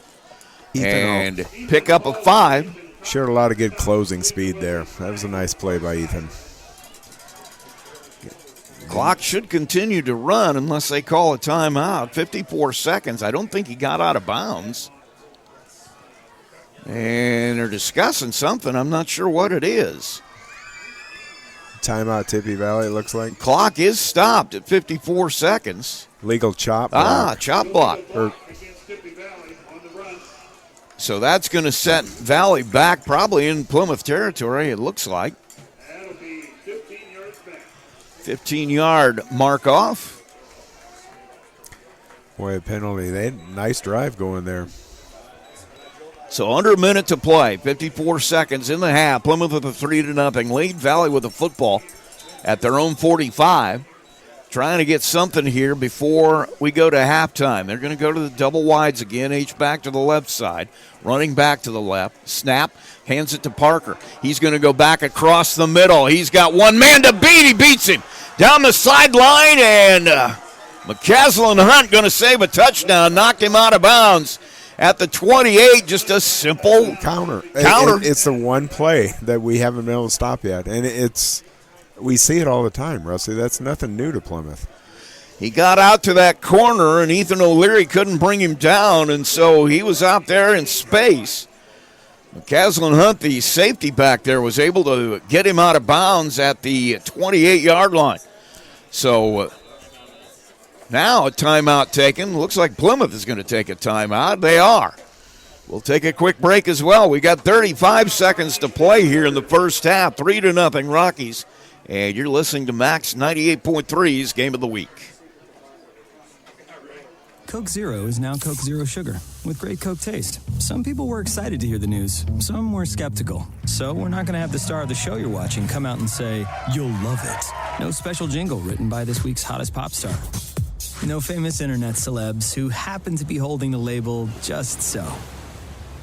Okay, maybe just one little pour shot.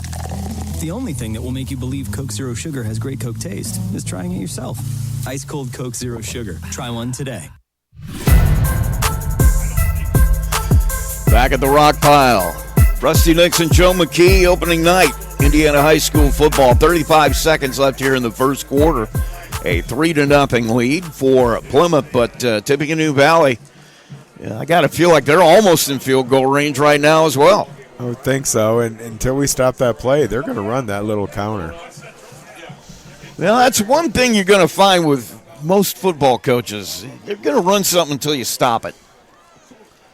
And we have not been able to stop that counter. I got to be honest with you, I'm more worried with Parker with that football in his hands on that thing because he's got enough speed to get to the corner and beat everybody. They're going to go with that same set. Double wide snap. They're going to throw out of it this time. Down the sideline, and boy, that was a miscommunication.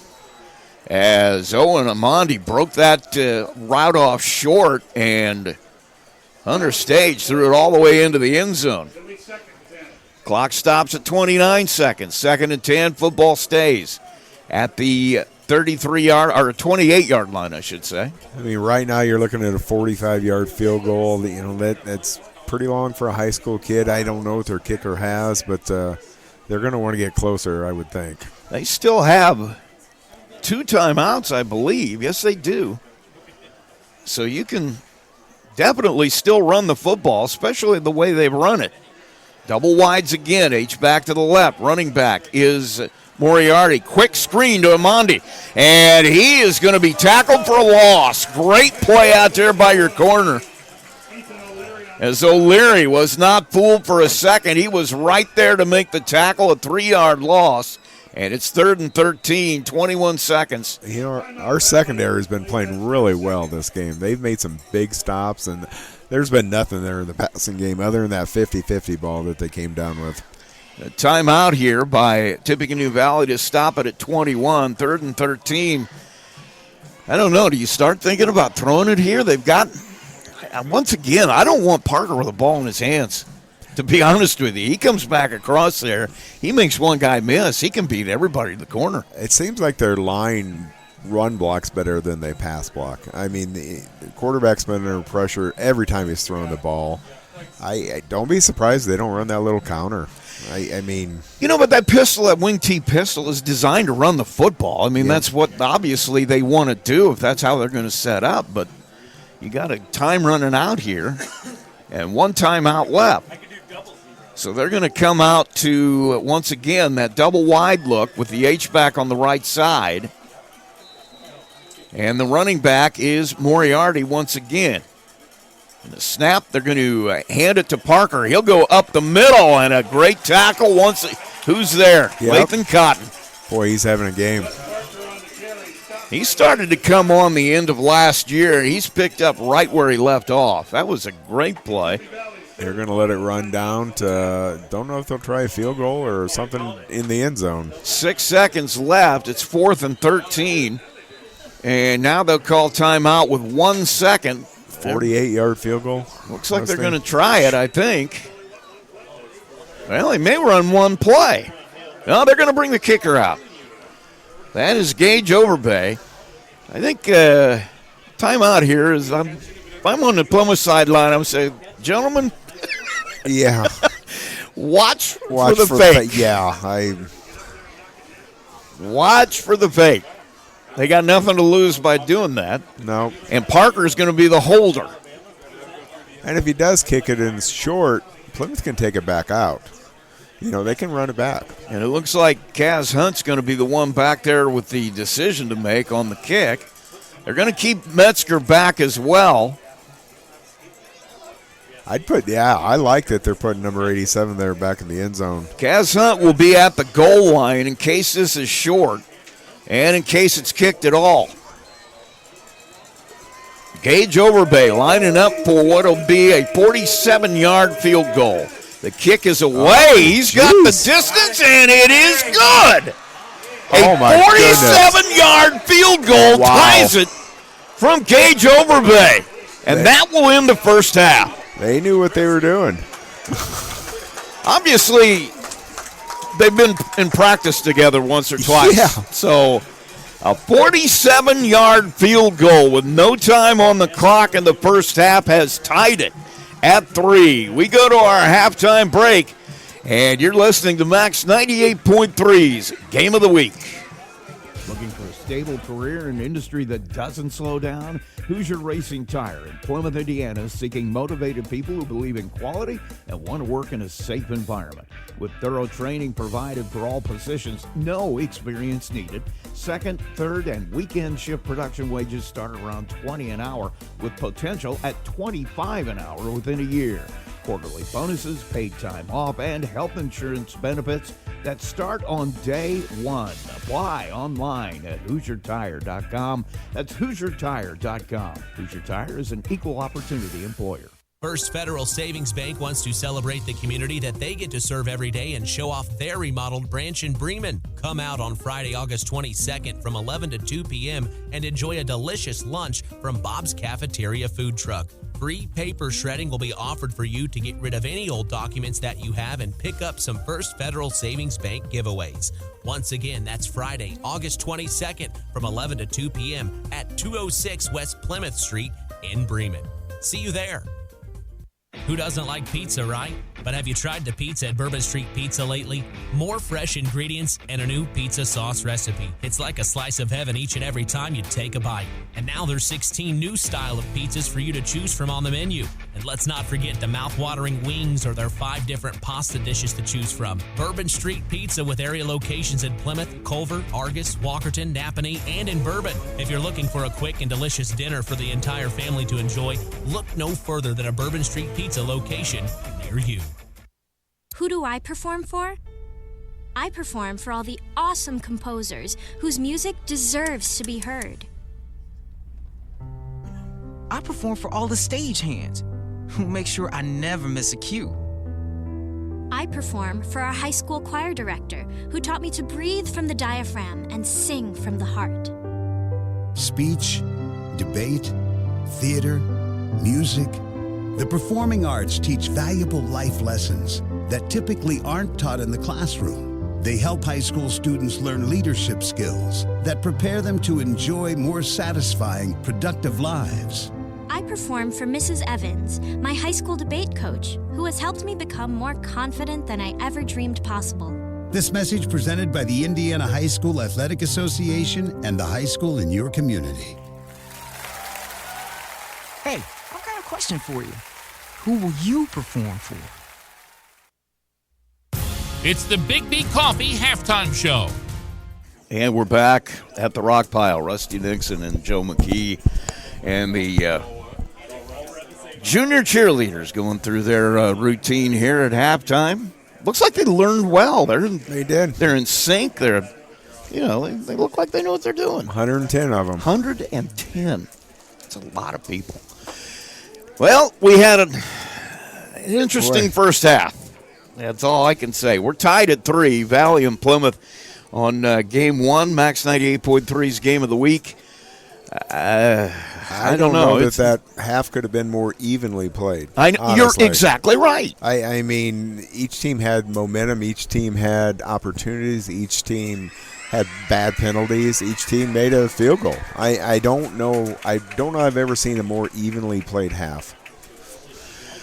And it seemed like they made the same kinds of mistakes as well at the same exact times. It's why you're at 3-3. You have two teams that have played pretty much the same first half. Yep. Tippy Valley's found something with that little counter misdirection play, and, that bit us 3 or 4 times. Other than that, Plymouth's defense pretty much in check. Holland had that long run. Other than that, Tippy Valley's defense been pretty well kept Plymouth in check. So it's body blows. It's first game, we're feeling each other out. Adjustments are going to be made here at the half. I got to think Plymouth's got a lot of adjustments to be made, offense and defense. So we'll see, the nerves are gone now. There's a couple of times down there where, they're just, I don't know whether it was a communication breakdown or what it was, but there were a couple of players who didn't know where they were supposed to be in a couple of very key situations. And I got a feeling that's going to be the first thing they talk about here at halftime. It is, and they had timeouts to call. If they weren't sure, that first play where they jumped offside, you could tell we were out of sync. Call timeout. I mean, we had timeouts to give. We were on the 2-yard line. Why not? Don't chance it. That second one, that was just total miscommunication with both receivers in motion crossing each other. So yeah, but again, it's younger. It's a different offense, different quarterback, different thing. You're going to make mistakes. That was just a bad time to make it for Plymouth. Yeah, especially down there, you got 1st and goal, and you're looking to really, at that moment in time, you score that thing, you got a lot of momentum on your side. Touchdown's huge. I mean, it's absolutely huge in this game. And Tippy Valley's going to get the ball to start the second half. So it's I don't know that the first touchdown doesn't win this game, honestly. I got to be honest with you. I agree with you. Now, let's talk a little bit about that little counter, too. Yep. What is your responsibility defensively when they're running that? I mean, it's nothing new. They run the same play. 4 or 5 times and had a lot of success with it. I haven't really watched our linebackers, but it seems like our middle linebackers might be getting sucked in too tight. They might be taking a bad angle.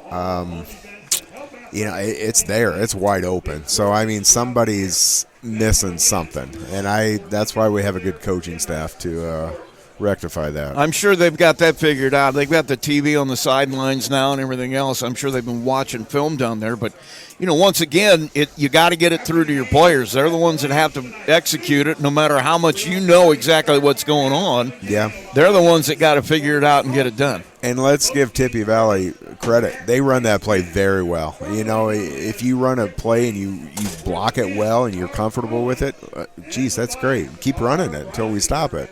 They run it in a couple of different ways, too. It's essentially the same play, but they'll go to Moriarty, the 230-pound fullback, and he'll just run over people. And then you got Parker. They'll hand it to him. He's trying to get to that edge and turn the corner, and he was able to do that once. If it hadn't been for Hunt, he would have had 6. The Tippy Valley's got a nice team. I mean, I think they're going to do well this year. They're balanced. They got size. They got speed. This is a great test for Plymouth, and I'd like to see them step up a little more in the second half. On the positive side of that, from the Plymouth defense, they have kept, the preseason or the pregame stuff with Hunter Stage was that they're going to want to throw the ball a little more with him. He's got the ability to throw the ball a little bit.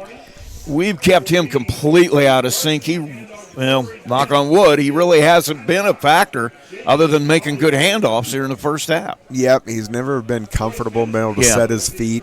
He's been thrown off balance. Rush is coming through the middle very well. I mean, our linebackers and offensive line or defensive lines getting good pressure. Secondaries keeping everything in front of them other than that one play. But again, they're doing a great job on defense. Let's take a break. We come back. We'll have more of our Big B Coffee halftime show. You're listening to Max 98.3's Game of the Week. Plymouth and Tippecanoe Valley, they are tied at 3. Your morning, it deserves more than just coffee. It deserves Big B coffee. From velvety lattes to our famous sweet foam cold brews, every sip is brewed with love, laughter, and a splash of fun. All first responders and veterans receive a free brewed coffee and 20% off their entire order. Students and teachers receive 10% off with a valid school ID. Have the best day ever by stopping in to your family favorite local coffee shop where every cup comes with a smile and every day starts brighter. Stop in today and let's make it a big day. Big B Coffee, have the best day ever, located on Columbus Drive in Plymouth.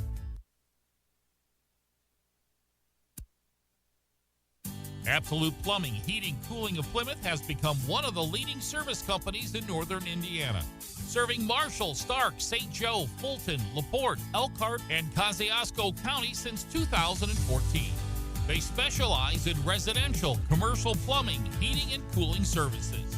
They also handle drain cleaning, water heater repair, commercial refrigeration, furnaces, generators, and much more. And they're the area's only York brand dealer. That's why Michiana has made Absolute Heating and Cooling their one-stop shop for service needs. Locally owned and operated with over 20 years of experience in the trade. Visit their website at absolutephc.com for complete service information. Absolute Plumbing, Heating, and Cooling, the area's top York brand dealer. Back at Plymouth High School, Rusty Nixon with Joe McKee, and we have a halftime score, 3-3 here, Tippecanoe Valley and Plymouth. You know, this is going to be interesting here in the second half. I don't know. What are you talking about if you're Plymouth? What do you got to get done? I mean, a little more consistency on offense. Your defense has been there. You just need to take advantage of your opportunities. They do. And they showed some really good signs of starting to get that run game going.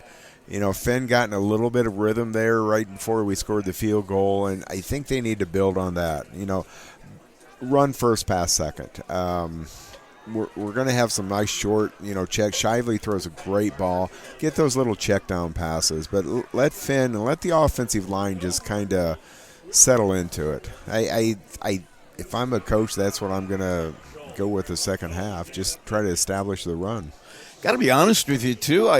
Shively has shown enormous poise, I think. He has. For his first real start. And that's what's really encouraging because he's not afraid to tuck the ball and go, and he's made some really nice runs. So, again, that just kind of emphasizes, builds on your run game. So, that one play he just planted and went. And that is so nice to see. Didn't hesitate, didn't make any cuts or jukes. I mean, he just went for it. So, I don't know. Let's rely on those big guys up front. You know I always root for them, Rusty. You know I always root for those guys. So, well, that's your stock and trade, man. You were the man up there. Well, I don't know about that, but I know who I root for. So, didn't they actually let you carry the ball once? They did, and it's legendary. But we don't have enough. There's only 4 minutes left at halftime, so we'll get to that story some other. Maybe a blowout game, but not this one. We're going to take a short break. We come back, we'll take a look at some scores around the area. We got a couple of good ones going on tonight, so stay there. We'll be right back. Max 98.3's Game of the Week. Johnson Danielson Funeral Home has been established in the community of Plymouth since 1879, and its staff is committed to providing care that goes beyond the expected in serving today's families who call Marshall County their home. They welcome families seeking options and alternative ways to pay tribute to someone, from burial packages to pre-planning to planning a checklist. The professionals, along with caring staff at Johnson Danielson, are available to assist your family 24 hours a day by simply calling 574-936-2829. Visit their website at johnsondanielson.com for a complete list of services. Johnson Danielson Funeral Home. Service beyond expectation. Your morning, it deserves more than just coffee. It deserves Big B coffee. From velvety lattes to our famous sweet foam cold brews, every sip is brewed with love, laughter, and a splash of fun. All first responders and veterans receive a free brewed coffee and 20% off their entire order. Students and teachers receive 10% off with a valid school ID. Have the best day ever by stopping in to your family favorite local coffee shop where every cup comes with a smile and every day starts brighter. Stop in today and let's make it a big day. Big B Coffee, have the best day ever, located on Columbus Drive in Plymouth. Let's take a look at some scores around the area over in Stark County on our sister station, WKBI, North Judson and Knox. That is, those of you in South Bend who the Marion and St. Joe game, that's that kind of a rivalry. There is no love lost at all between either one of those schools, and that is in progress. We don't have a score. LaVille is beating Triton right now in the second quarter by a score of 14-0. We got Jimtown and Wawasee underway. That's 7-7. Elsewhere as well, let's see if we got some other. Concord and Elkhart, score that's important to Plymouth folks. That is a 14-14 score at halftime. Underway, no score yet. Culver Academy and South Bend Adams, that's a big start for them. Warsaw and Fort Wayne Snyder, 18-16. The Tigers leading that one. And here, as we said, 3-3, Tippecanoe Valley and Plymouth. Fairfield and Goshen. Fairfield with a 24-8 lead over Goshen. Mishawaka Marion, 14-0, and let's see, they have Mishawaka both. I don't know which one is which here, but it's 14-0 at halftime. I think it's got to be Mishawaka. Yeah, it's Mishawaka. So the Cavemen up in that one, 14-0. And that's going to do it, as we've got all kinds of things going crazy. We're going to take a break, and we'll be right back. Your morning, it deserves more than just coffee. It deserves Big B coffee. From velvety lattes to our famous sweet foam cold brews, every sip is brewed with love, laughter, and a splash of fun. All first responders and veterans receive a free brewed coffee and 20% off their entire order. Students and teachers receive 10% off with a valid school ID. Have the best day ever by stopping in to your family favorite local coffee shop where every cup comes with a smile and every day starts brighter. Stop in today and let's make it a big day. Big B Coffee, have the best day ever, located on Columbus Drive in Plymouth.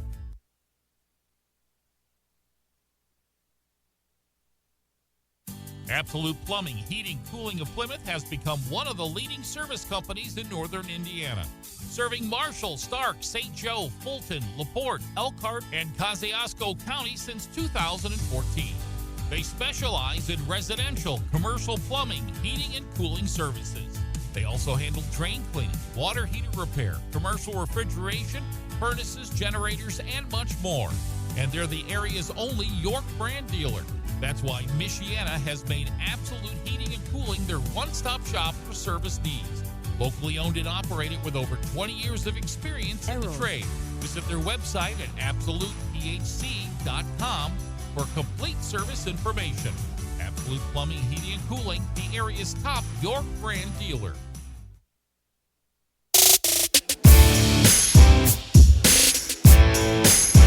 Back at Plymouth High School, Rusty Nix and Joe McKee as opening night here. Has a 3-3 score, Plymouth and Tippecanoe Valley. We apologize, they are having internet issues at the mothership. So we keep coming in and out. That's why. There is absolutely nothing that we can do about it here. We just have to wait for, I don't know, somebody call Steve Jobs? Is that who we call when we have internet trouble? Somebody get Bill Gates on the phone. I want that done right now. I want to have him. I want to be talking to him in a minute. We're about ready to start the second half. Both teams come out getting ready to loosen up and come to the sideline. Plymouth just really needs to keep doing what they're doing and get a little more consistent on offense. I'm just looking back to the miscommunications, and you know that's the story of this game right now. That's the game. Yeah, I agree. They came out a little bit early from halftime. I sensed a little purpose running onto the field. Yeah. And Tippy Valley's coming out normal. But I think Plymouth had. I don't know. I'm kind of eager to see how they start off the second half. Okay, let me see. I think we might be back here in just a second. Those of you who are having trouble with us, it's not you, it's not us. It is the interweb and the maybe need to call Al Gore. He invented the interweb, didn't he? Oh, boy, that's way above me. I don't know. That's It's about as political as I get. So we're about ready to start the second half. And don't forget, got a whole year of high school football. Next week we are at Triton for Triton and Bremen. And that'll be a great game. Be out of town for the Blueberry Festival, so we won't be fighting the traffic. And I know my wife's a little upset that I won't be able to go to Blueberry earlier with her, but, darn it. You sound so disappointed. We'll be out there. I look forward to Blueberry every year, Rusty. It's a great time. Let's put it this way: it's not like you're not going to go. No, we're gonna be there Thursday night. Are you kidding me?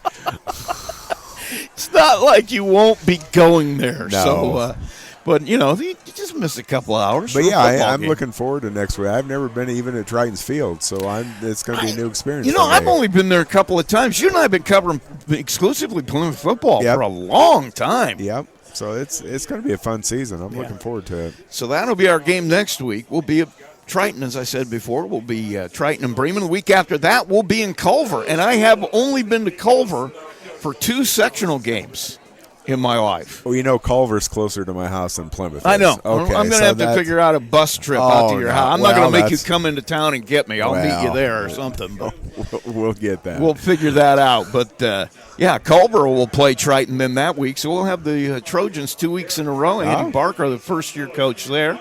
They got a lot of good players. I talked to all the coaches last night at our preseason show, and they all, Bremen's going to be rebuilding a little bit, but they're going to Bremen rebuilding is not like anybody else rebuilding. Carrillo will kick it off. Plymouth will give it up to Tippecanoe Valley here in the second half. It's collected about the 10-yard line. And coming forward with that football is Jason Miller. And he'll be drugged down right about the 32-yard line. It'll be 1st and 10 for Tippecanoe Valley there. Let's see what adjustments they made. I got to feel like they want to get their quarterback more involved. I would think so. And, every game we always say is first series in the second half kind of dictates the whole second half. How important is it for both teams right now? So Tippecanoe Valley will have that first possession here. We're just underway in the third quarter, and we are tied at 3. Quarterback Hunter Stage has him out of the huddle. They're going to a double wide look again. They're going to hand it off right up the middle, a little misdirection. Going to be a nice 3 or 4 yard gain to about the 36. Stacked up there by the Plymouth middle. Wes Parker with another pretty good run there. Just a little crisscross action over the middle. They're going to put it down right at the 36, so it'll be 2nd down and 7. They'll take that play every time. That's a good first down play for them. Owen Amandi going over to the sideline, one of the wide receivers. And they're going to go with a tight end here. Coming onto the field is number 43, Ty Kaiser. He'll be that on the left side. They got an H-back who Moriarty will motion over to the left. He's going to be in kind of a slot position there. Wide out to the right, snap, hand off to Parker up the middle again. He'll break a tackle, gets into the linebackers. And he'll be drugged to the ground. John Kleindens there on the tackle. Dom Vasquez around it. So is Ethan Hall. And we haven't said his name very much tonight, but I'm looking for him to make a big play this second half. Kleindens is the emotional leader. He is. Look at he's wearing 2 different colored shoes, too. Oh, yeah. Well, he was the first one out at halftime. I will say that. I noticed that. So, football at the 39, 3rd down and 3. Big play here to keep the first drive alive. And That first drive in the second half, they're going to go to that Wildcat again. Moriarty back to take the snap. He'll get it. He'll go to the right side. Has a big opening. He'll have the first down easily, and he'll be drugged down about the 44. It'll be 1st and 10, Tippecanoe Valley. Boy, he's a load running, too. He runs, running downhill. He's got good size, good strength. I mean, boy. Doesn't have quite the speed Parker has, but he gets that bulk going. He's going to run over you. You better stay low on him. He'll come out this time to the wing spot on the right side. He's actually going to be in kind of a slot receiver position on the right. Running back is Parker. In motion, wide receiver. We got a flag. Looks like it's going to be on Valley. Coming across the grain there, Mason Miller. Boy, they got a nice drive going, and what do they do? Just a penalty. Bad mistake. They'll take it 5 yards back to the 40. It'll be 1st down and 15 now. Plymouth with the same starters out there for the second half. Out here in the wide part of the field, Andres Medrano going to have one-on-one coverage on Amandi. Coming back the other way, they'll hand it to him. And a nice tackle from behind for Hagee with a heck of a play. Turns what could have been a nice gain into a loss. And Kleindus missed him in the backfield. I've been watching Kleindus. They're moving him around this half, Rusty. He started on nose tackle, and there he is out at left tackle. So they're moving him around. Yeah, he's going. Looks like he's going to the end right here side. on the right side. They're moving him around here, so that's part of their adjustment. He's hitting himself, so he's. Yeah, he's ready to go. So this is probably part of their adjustments they made at halftime. Well, he is hard to block wherever you put him. And if he's moving around, that's even harder. In motion again, Amandi, and a huge mistake as coming off the ball, Ty Kaiser. Boy, he was going to go on a streak there, too. That tight end was going to go for just straight down the field. He was in a different time zone. I'll tell you what, everybody was still down in a stance, and Kaiser was gone. 2nd down now and 21. As a promising beginning to the drive. Once again, penalties. Man, I would hate to be in the Saturday morning meeting at either of these places. In motion, Amandi. Fake handoff. Stage back to throw. Short, ball in the air and knocked down nice by play. Grady Metzger. Well, they didn't change the play. That was Kaiser out here, as you said. He was streaking right down the left hash mark. And Metzger knocks it down. I thought at first, 3rd and long. I thought we were going to have a chance to intercept that, but nice play by Grady. I mean, just get your hands up on it. That wasn't a poorly thrown ball, really. I mean, that wasn't bad. A little bit underthrown. Now it's 3rd and long, 21 at the 34. Keep it in front of you, and they took Metzger out to give him a rest right now. Pitch is going to come to the right side. That's Parker. He gets into the secondary. He's not going to get back to anywhere near close to a 1st down, but he'll pick up a chunk of that yardage they lost on the penalties. It'll be 4th and 12, and they'll have the football at the 43.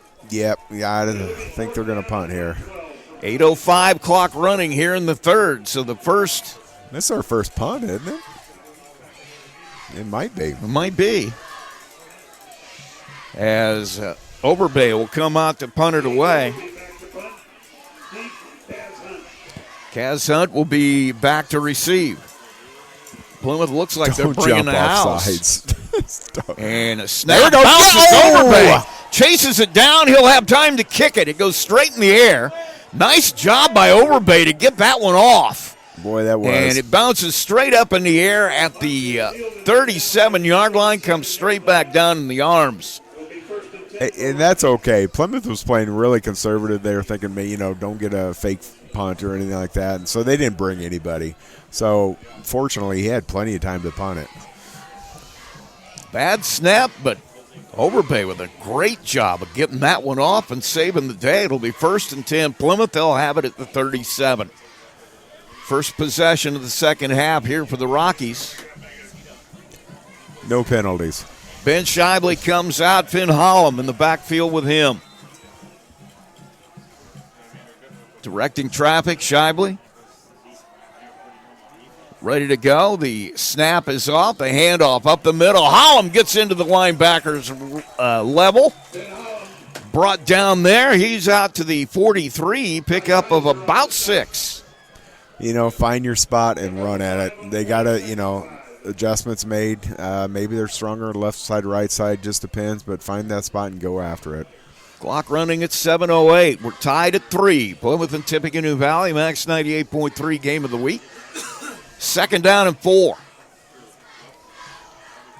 Shively has him out of the huddle. He's got men in the slot to the left. Now Gibbons will move to the right side.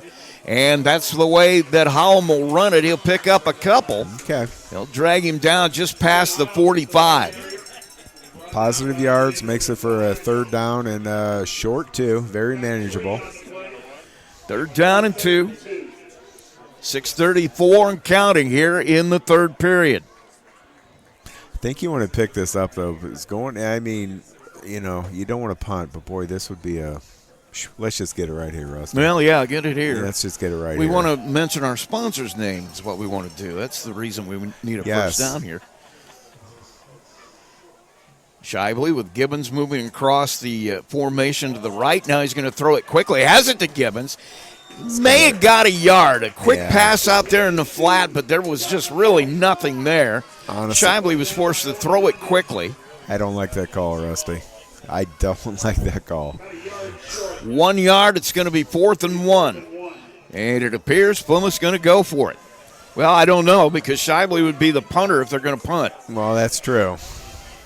So he'll bring something in from the sideline. Might be a punt, might not be. 6:05 to play here in the 3rd period. We're tied at 3. Man in the slot on the right is Fernando. He's making the decision right now. He wants. Yep, we're going to call a timeout. So evidently they didn't see the defensive look they wanted to see.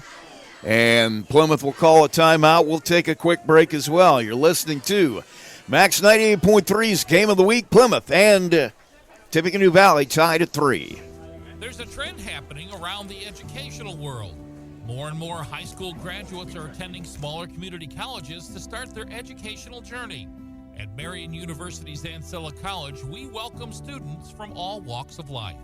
The opportunities at Marian University are endless, from living on campus to being a collegiate student athlete. From day one, your professors will help you create a plan for a success at Marian and beyond. Find out more about Marian University's Ancilla College through our website at marian.edu/Ancilla today.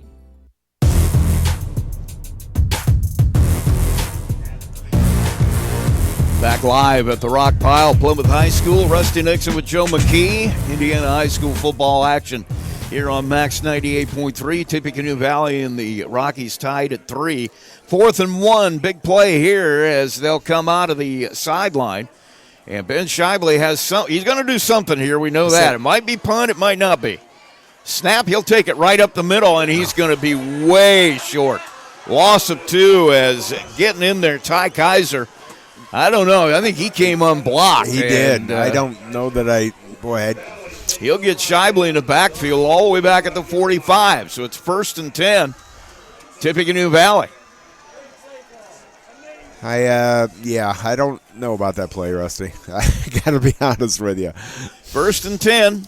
Football at the 45. Clock will start running here at 6:02. And let's see what Valley does.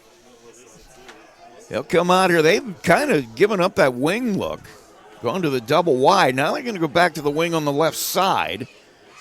And in motion is Miller. They'll hand it up the middle to Parker. He'll get a couple. And it's Kleindance. But Kleindance able to corral him from behind.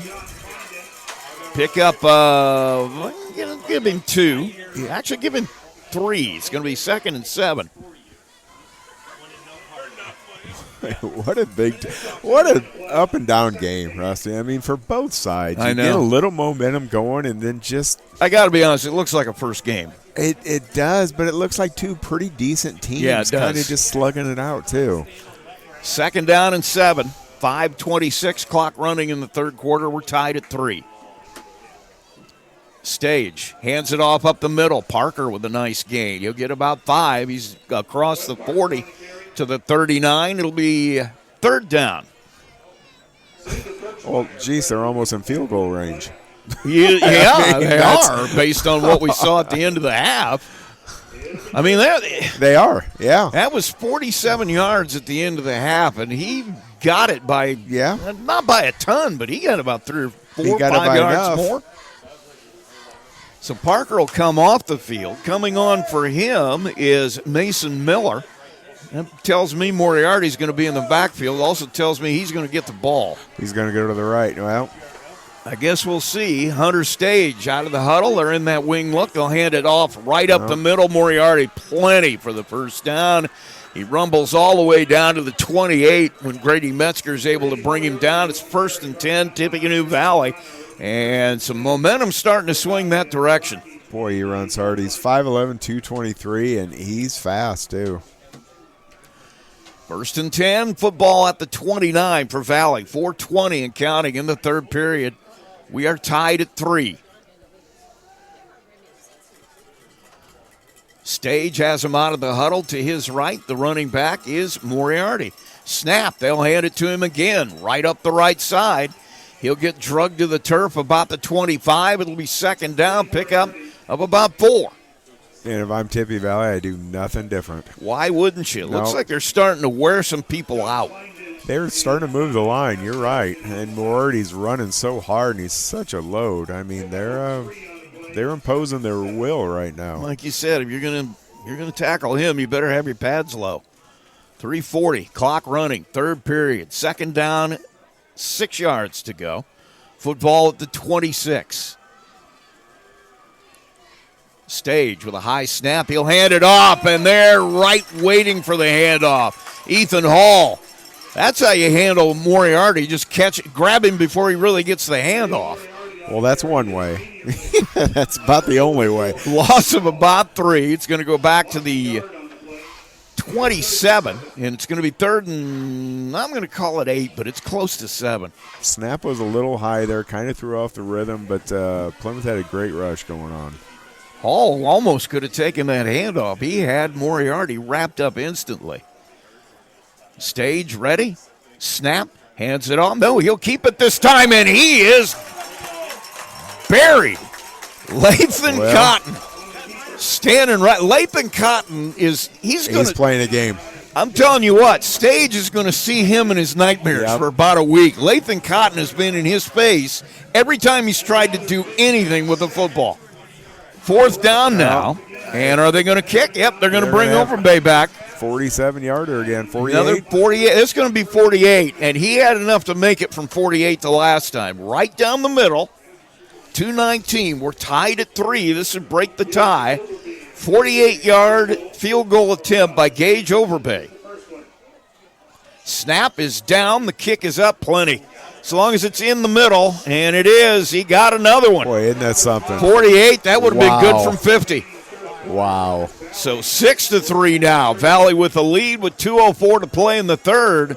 We'll be right back. This is Max 98.3's Game of the Week. McDonald's restaurants in Plymouth and Bremen, Indiana are now owned and operated by local residents Bill and Flo Bolt. Bolt Enterprises are proud to own and operate all 4 McDonald's restaurants in Marshall County. Become part of the McDonald's family today with Bolt Enterprises McDonald's. MCF got its start in 2018 with one goal: bring fast, reliable fiber internet to Marshall County. Today, we offer lightning-fast speeds, equal upload and download with no contracts and no install fees. Whether you're working from home or streaming all night, Marshall County Fiber keeps you connected. We might be the new kid on the block, but we're growing fast, just like our internet. Visit marshallfiber.com or call 574-223-2191. MCF, making rural connections possible.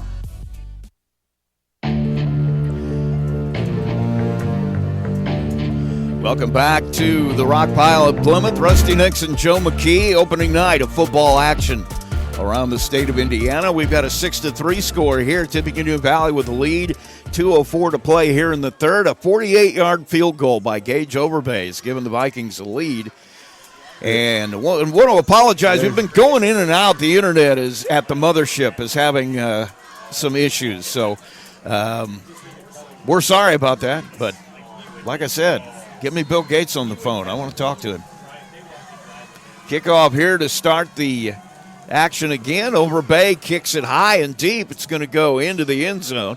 And Plymouth will have it out of that. What a weapon to have a field goal kicker there. You can rely on a 47, 48-yard field goal. Well, he's so accurate. He is. too. Both of those, you just hit them right on the button, and there's going to be some colleges taking notes of that. I would think so. And so Plymouth will get it back. They'll have it at the 20, 1st and 10. And 2:04 to play in the third. This game is moving like lightning. It is, and I think that's what Tippy Valley wants. I mean, they want to shorten the game, just run, kick field goals. I mean, God. We don't want to get into a kicking contest with them. No, I would say that probably would end up not in our favor. Although, I don't know. No, Carlos is okay. I agree. Handoff goes to nobody. Shively keeps it. He had the option of giving it to Finn on a sweep around the left side, kept it right up the middle, and so he'll pick up a yard. It'll be 2nd and 9 at the 21. They got to find something that's working here. Minute 45 and counting here in the third period. Plymouth trails at 6-3. Valley with 2 long field goals has the lead. Out of the huddle, double wides, 2 men in the slot to the right. Back to throw Shively. He's going to go downfield. Has Hollum open, underthrows him an interception again. Owen Amandi with it this time. He's got a lot of blockers in front, and there's 6. Yep. Ball sailed on him and ended up in Amandi's hands. It just had way too much air under it. Really did. And Amandi will score that one on an interception return, and just like that, it's 12-3. 45 yards on that return by my count. They get a flag down. It's going to be after the touchdown, obviously. I'm but sure they probably maybe get them on excessive celebration or something. And let's see what they're going to call. That'll probably go on the kickoff, evidently. I think it will.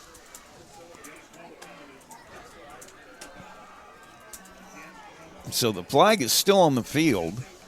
Touchdown is going to be good. You got a Plymouth player down there in the corner. I just saw that. Yeah, they're going to. I'm not sure who that is. Well, that looks like Verhage. Oh, wait a minute. That's Metzger. That's a cramp, though. Yeah, it sure looks like a cramp. So, you know, those hurt bad enough when they happen, but it's tomorrow that you feel it. Yeah, I know. you got enough juice in you, enough adrenaline that you don't really feel it yet tonight that bad, but tomorrow, the next day is the day for cramps. And Metzger up, and that's what it is. He's still really stiff. They're going to stretch him out some more here on the bench, and the unsportsmanlike, I'm sure, like you said, is going to be excessive celebration.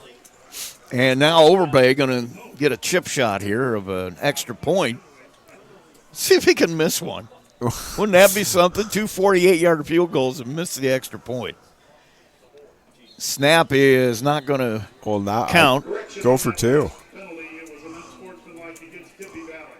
I'd be surprised if they don't go for 2 now, Rusty. Well, if it's on us. I think it is.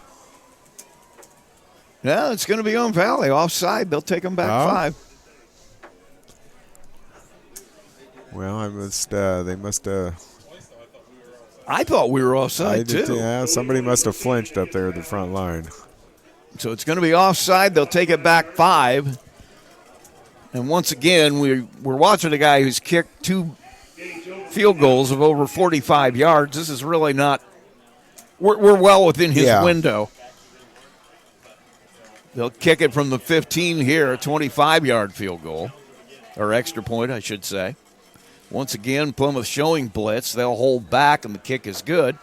And so 7 on the board here for Valley, makes it 13-3 Vikings. We're going to take a break. We'll be right back. MCF got its start in 2018 with one goal: bring fast, reliable fiber internet to Marshall County. Today, we offer lightning fast speeds, equal upload and download with no contracts and no install fees. Whether you're working from home or streaming all night, Marshall County Fiber keeps you connected. We might be the new kid on the block, but we're growing fast, just like our internet. Visit marshallfiber.com or call 574-223-2191. MCF, making rural connections possible. In a world where there's so many ways to get your news, stay connected by finding out information about your school, local news, along with sports and current events. With a subscription to the Pilot News, they bring you everything you need to know right at your fingertips or on your doorstep. Call Circulation today and ask for their monthly special. Call 574-936-3101 today. Pilot News, Marshall County's news source since 1851. Back at the Rock Pile in Plymouth, 13-3 the score. Valley with the lead. Rusty Nix and Joe McKee with a call for you here, as Tippy Valley will kick it off after the interception return for the touchdown.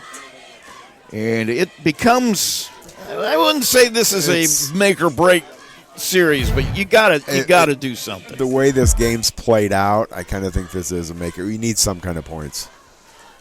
You can't give the ball right back to Tippy. So Valley will kick it away. The kick is deep, not as deep as it could have been. It'll come down at the 20. Finn Holland brings it forward. Not bad field position. They'll drag him down at the 40, and it'll be 1st and 10 Plymouth. You see, Tippy's got a little more pep in their step right now after that play. They've got all the momentum's definitely on their side. Plymouth needs to respond with a couple first downs and just kind of take the game back to them, get them back in the game. 1st and 10 Plymouth football at the 40. They trail at 13-3, minute 11 to play here in the third period. As we said, we've been having some internet issues. Hopefully we'll stay back here now for the rest of the game. We have recorded it. We're going to have some what they call them these days, podcasts. We'll be and once again 2 men in motion for Plymouth, and they rectify it before it becomes a problem. Fernando now will come back across. He'll get the handoff. Nothing going there. Boy. And Monty just throws him out of bounds. He abused him at the end of that. No gain on the play. It'll be 2nd and 10. Boy, 43 is a player for Tippy Valley. He's also their tight end on the other side. That's Kaiser, Ty Kaiser. He's having a heck of a game on the defensive side of the ball. 2nd down, they're going to give him a yard. Football at the 40-yard line exactly. Holland on the right of Shibley. Snap, they'll hand it to him up the middle. Trying to find something, maybe a yard, nothing else. And he'll be drugged down just over the 40 at the 39. Or at the 41, I should say. You know, at the end of that play, Rusty, you got 3 Plymouth linemen standing up and all Tippy Valley players around our running back. So that's not a good end of that play for our line. 3rd down now and 8. And coming on the field for the first time tonight, Brady Allen, that wide receiver spot. Gibbons going to come over to the sideline. Allen will be way out to the left along with Cruz, Mahler, and Fernando. Davis over here to the right. Snap, looking to the left is Shibley. Has a man open, overthrows him. Fernando was open out there with nobody around him, but Ben just overshot him. So 4th down now. Plymouth will have to kick it away with 14 seconds to play in the third. Looked like that ball just kind of took off out of his hand. I don't know if he got a good grip on it. If you notice, Rusty, he flips the ball right before he throws it. That is the same thing that happened on the interception. Yeah, it just sailed on him. I don't know if, that's his rhythm thing, but they may want to look at that because you don't get a good grip on it after you flip it there. 4th down and 8. Snap is low. Shively gets it, line drive punt, and a fair catch at the 25. Ben used to hit a lot of those in baseball. It was just a line shot. Fielded out there. And those are hard to field. Hunter Paxton made a nice play. Well, he's a shortstop for the Valley baseball team. So well, that was kind of a knuckleball coming at him. So, and again, they can't have any turnovers. I mean, let the clock run, play their game. They don't need to score another point. 9 seconds here in the third period, coming on late to the Plymouth line, number 51. That is Kendall Haynes. Plymouth showing a lot of people up front, and boy, John Kleindens gets in that backfield. He slows this one up, but a nice gain on it anyway by Parker. He'll get all the way out to the 30, and it'll be 2nd down and 7 when we come back as that ends the third quarter. So we have played 3, and our score, Tippecanoe Valley 13, Plymouth 3. We'll be right back. It's Max 98.3's Game of the Week. At Marshall County REMC, they are more than just your electric provider. They're your neighbors, your partners, and your connection to a brighter future. Since 1936, they have been powering homes, farms, and businesses with reliable service, innovative energy solutions, and a commitment to our community that never wavers. It's not just about keeping the lights on, it's about keeping our community strong. Marshall County REMC, powering progress, powering you. Learn more at marshallremc.com. McDonald's restaurants in Plymouth and Bremen, Indiana are now owned and operated by local residents Bill and Flo Bolt. Bolt Enterprises are proud to own and operate all 4 McDonald's restaurants in Marshall County. Become part of the McDonald's family today with Bolt Enterprises McDonald's.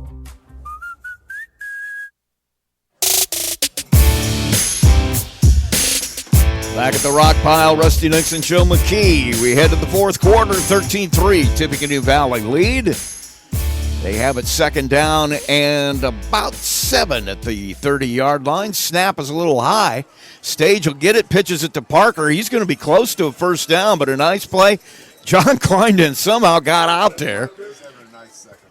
He is having a nice second half. I mean, he's starting to be the Kleindens that we remember from last year.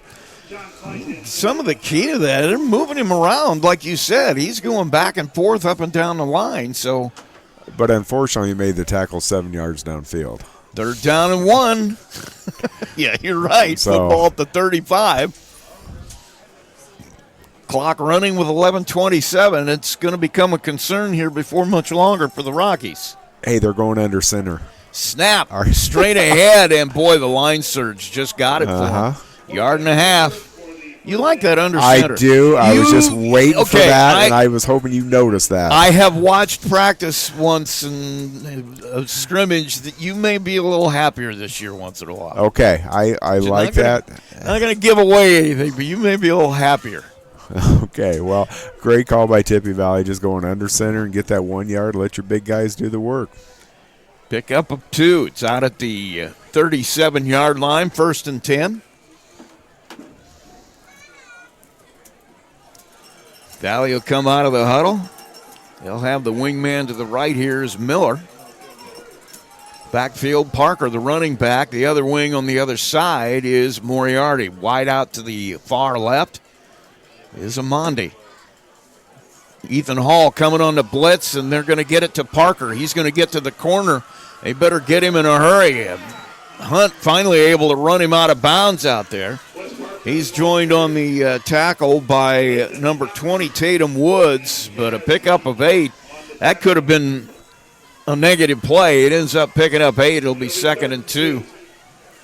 And the clock, 3rd and 2, I'm sorry. The clock keeps running, so they mark him down before he's out of bounds. And every first down is going to be 2.5 minutes. So it's really imperative Plymouth stops him here real quick. 45 is where they placed it down. 2nd down and 2. Once again, that wing set up. Moriarty to the right. Parker, the running back. Stage, the quarterback. He'll get the snap. It's kind of high. He'll hand it off. Parker And John Kleindens just meets him right at the handoff and throws him to the turf, a loss of about 2 or 3, and it'll be third down. Going to mark it at the 44. And he's been getting good penetration in the second half, but he actually wrapped up that tackle. So that was really nice to see. Oh, the one thing, and I'll wait. He's going to make a comment. I'll make it in a minute. Third down, and I'm going to call it 4. It's probably a little closer to 3, but it's a long 3. Wing set again. Wide out to the right. Man in motion is Miller. They're going to hand it back across the middle. Moriarty, and he's going to be close. It's going to depend on the spot. They're going to mark him way back. Yeah. They're going to mark him down at the 46, so it'll be 4th and 1.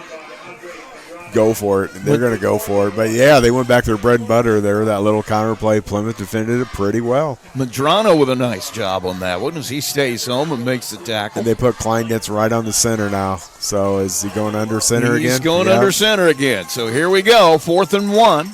And Kleindens moves. Let's see what the call is. Because it could have gone either way. John has a tendency to be a little anxious. Yeah. I'm not sure on that. And I think he is. So it's going to be a first down as Kleindens got off the ball a little bit too fast that time.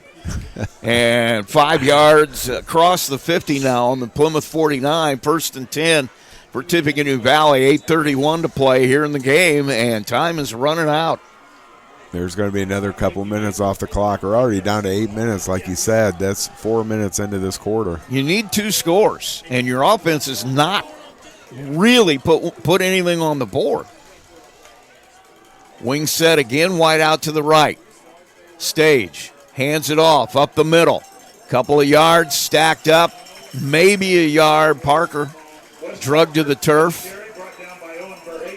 Verhage with a tackle on that one. Joined out there by number 75, Xander Birchmeyer. We got somebody down. Somebody's down. Looks like it might be a cramp again. I think Kleinden's trying to help out. It's a Plymouth player this time. They're going to stretch him out once again, that cramp. And this is perfect cramp weather. The Tippy Valley player ran some water out to the Plymouth guy. Which is, Yeah, and that's their fullback. That's the thing. You've seen some guys really smacking it up in there, but they're helping each other up off the piles. Yes. This hasn't been chippy at all. Now, it has been violent. Yeah, no, there's been some big hits, but that was, I really like seeing that, Rusty. That is. You haven't seen anybody really get a little chippy here, and there's been a couple of times when it might have been possible, but they're going to work on the Plymouth player. Let's see who it is. They're going to get him up. Once again, that's Verhage. He's going to come over. He's hopping. He is. That's still, I don't know. But they may not bring him back if he's still not able to get. That still looks like a cramp the way he's going. It is. And he's going to come to the sideline here. But that was Moriarty from Tippy Valley who ran the water over to him. Their fullback's just been beating them up all night. Right. I'm very impressed by that. Like I said, Kleindens was over there helping up guys off the pile and things. I mean, it's been one of those games where a lot of guys are getting hit pretty hard, but they're not. It's been a very clean game. So we have 7:59 to play. We're ready to get going again. 13-3 the score. Valley with the lead. They have 2nd and 10. Football is at the 49. Looks like they're going to give them a full 40 on the play clock. They're telling to reset the play clock. I'll go to 40. And let's see if the game clock will start as well. So they're going to let 40. This is huge. It is. 40 seconds can go. Almost a minute can go before they run the next play. That's starting to be a huge factor here with 7:45 to play in the game and Plymouth down 2 scores. Neither offense has really been able to do much. I mean, the 13 points by Valley have been by field position at the end of a kind of stalled drive and an interception return. Yeah. Snap, pitch, Mondi knocked down in the backfield. Woods with the play. There's not a lot of teams you're going to face throughout the year is going to kick a 47 and 48-yard field goal also. So you're looking at a game in most high school games that's 3-0 Plymouth. Yeah. Yeah. Except for the pick, interception probably, so return. it could very well be 7-0, but maybe the play call is different if you're up 3-0 too. So third down now. A little more than 10. Football right at the 50-yard line. And then there comes the philosophical question, is there actually a 50-yard line? Does it actually exist? Snap, roll to the right. Stage almost gets sacked, gets away, and finds a receiver, and the ball knocked away. Chase McCaslin Hunt. He's got one of those names I'm going to screw up every time I say it, and they're going to give him a yard on that. And a timeout, looks like by Plymouth. With 6:30 to play, we'll take a quick break as well. We're in the fourth. 6:30 to play, 13-3 Valley lead. They have it 4th and 8. We'll be right back. At Marshall County REMC, they are more than just your electric provider. They're your neighbors, your partners, and your connection to a brighter future. Since 1936, they have been powering homes, farms, and businesses with reliable service, innovative energy solutions, and a commitment to our community that never wavers. It's not just about keeping the lights on, it's about keeping our community strong. Marshall County REMC, powering progress, powering you. Learn more at marshallremc.com.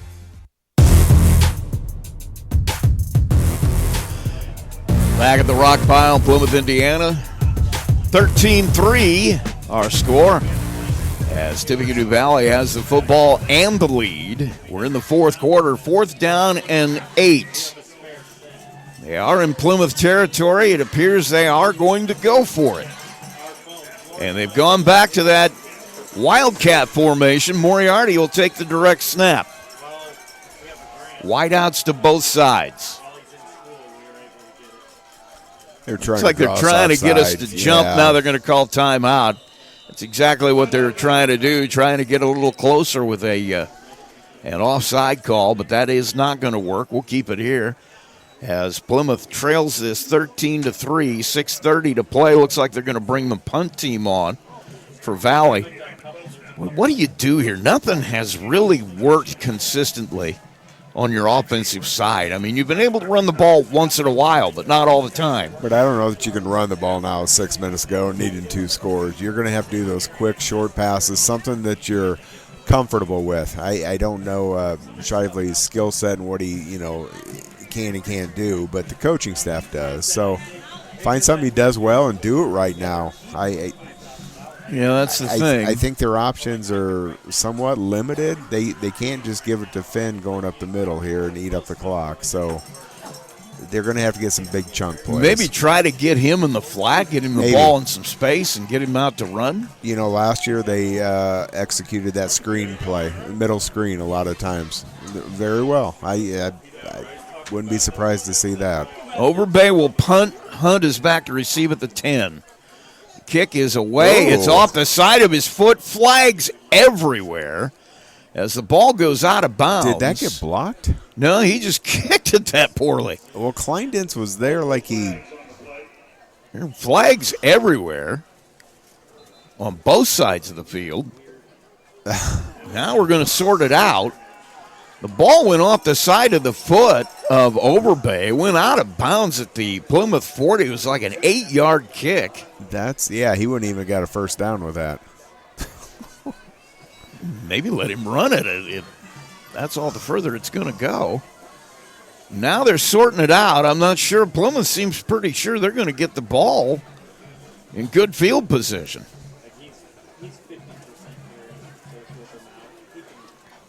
So you had 2 flags over on the far side. You had one here in front of the Plymouth bench, and you had one in the backfield. I have no idea what this is. I have no idea what this is going to be either. It has to be some kind of an illegal formation. Plymouth's offense is coming out. And I looked away when the ref made the signal. So John will tell us in a minute. Okay, because I saw it's on Tippy Valley. But it is, and it looks like they're going to give us a football where it went out of bounds.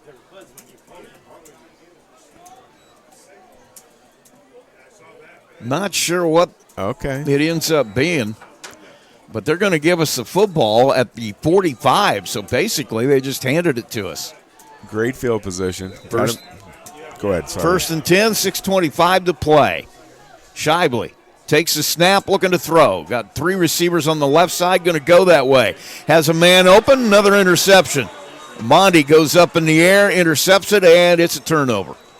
Boy, he was just playing center field there. Well, Monty you're exactly right. It was just a ball, like a fly ball, hit a little bit over his head. He just took a couple of steps back, snagged it out of the air, and it's 1st and 10 for Tippecanoe Valley. So a 3rd interception for Tippecanoe Valley tonight.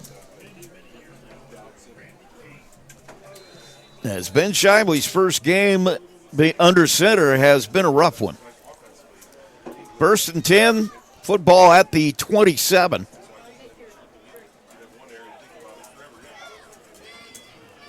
And they'll come out in a wing set, running back, no wide receivers. Now Stage going to run it for the first time. Breaks a tackle, gets into the secondary. He's free down the right side. It's going to be a foot race here between him and O'Leary, and he's going to win it. Great job of stalk blocking out there by your wide receiver or your wingback, Jamison Phillips. And 6 more on the board as the very first time that Hunter Stage actually runs the football. He takes it 63 yards for 6. Boy, he showed some really good speed there. So this one has gotten away from you. 19-3 the score. Huge play. 6:05 to play in this one, and now you're really behind the 8 ball. That's twice. The last 2 interceptions have literally resulted in points. Almost immediately. So, Overbay will come out. Parker will hold it. Snap is down, the kick is up, and the kick is good. So we have 6:05 to play in this one. 7 more on the board for the Vikings. Makes it 20 for Tippecanoe, 3 for Plymouth. Take a break. We'll be right back. It's the Max 98.3 Game of the Week. There's a trend happening around the educational world. More and more high school graduates are attending smaller community colleges to start their educational journey. At Marian University's Ancilla College, we welcome students from all walks of life. The opportunities at Marian University are endless, from living on campus to being a collegiate student athlete. From day one, your professors will help you create a plan for a success at Marian and beyond. Find out more about Marian University's Ancilla College through our website at marian.edu/Ancilla today.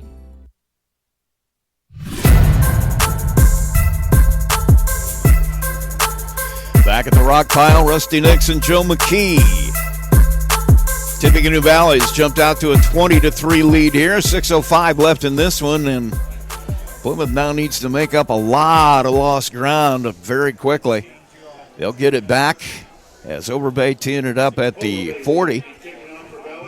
Let's say hello. We got this. This may be one of the further. I know that we had some listeners in the Pacific Ocean before. Oh. We had some listeners in Europe before. Yes. We got Richard Bergman listening, a former Plymouth quarterback and a college football player back in the late 60s. Okay. And where's he coming from? I think he's in Los Angeles. Los Angeles. Yeah.